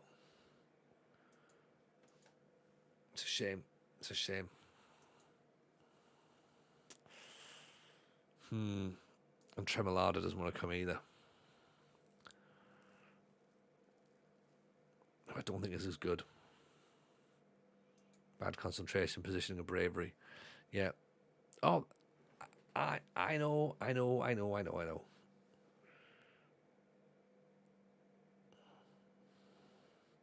Can Hayes play as a ball in the midfield, do you reckon? No, because he can't tackle.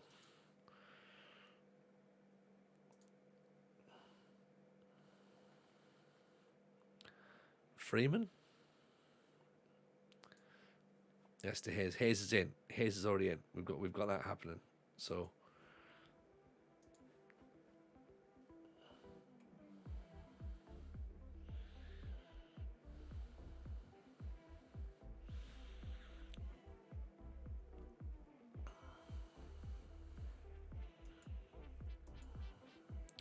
I'm trying to think. Not as a playmaker though. Can he do something else? And he can't. Can he?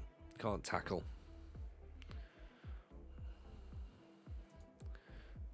Doherty's not got what we need. Right. I think what we do. We've advanced a little bit, right? Tiller up will be brilliant if we can get. I don't think he's going to be interested, is he? Let's be honest. Doesn't want to join. Fine. Then why do we bother scouting these players if they don't want to come? What's the point? You know what I mean? Like, just tell us then. You know what I mean?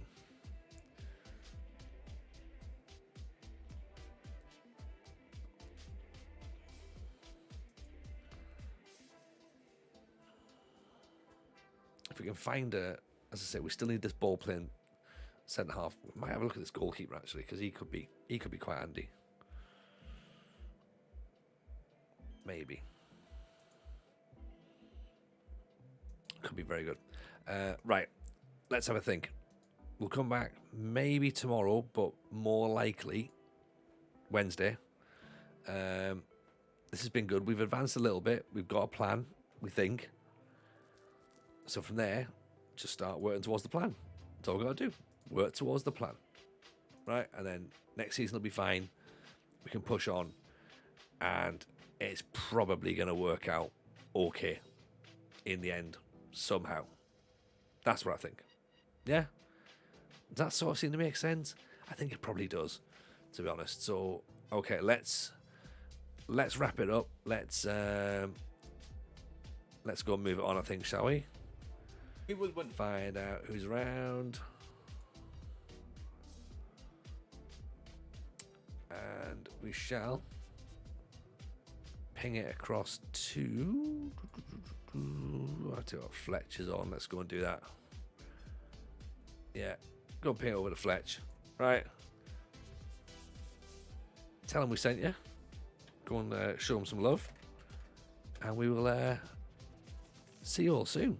Alright. Take it easy. Let's see. Did that raid work? Don't know if it did or not.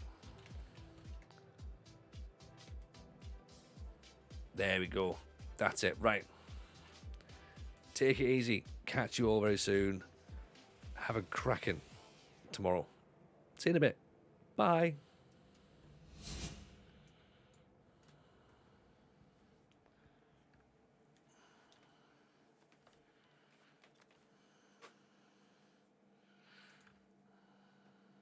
Tony Jameson.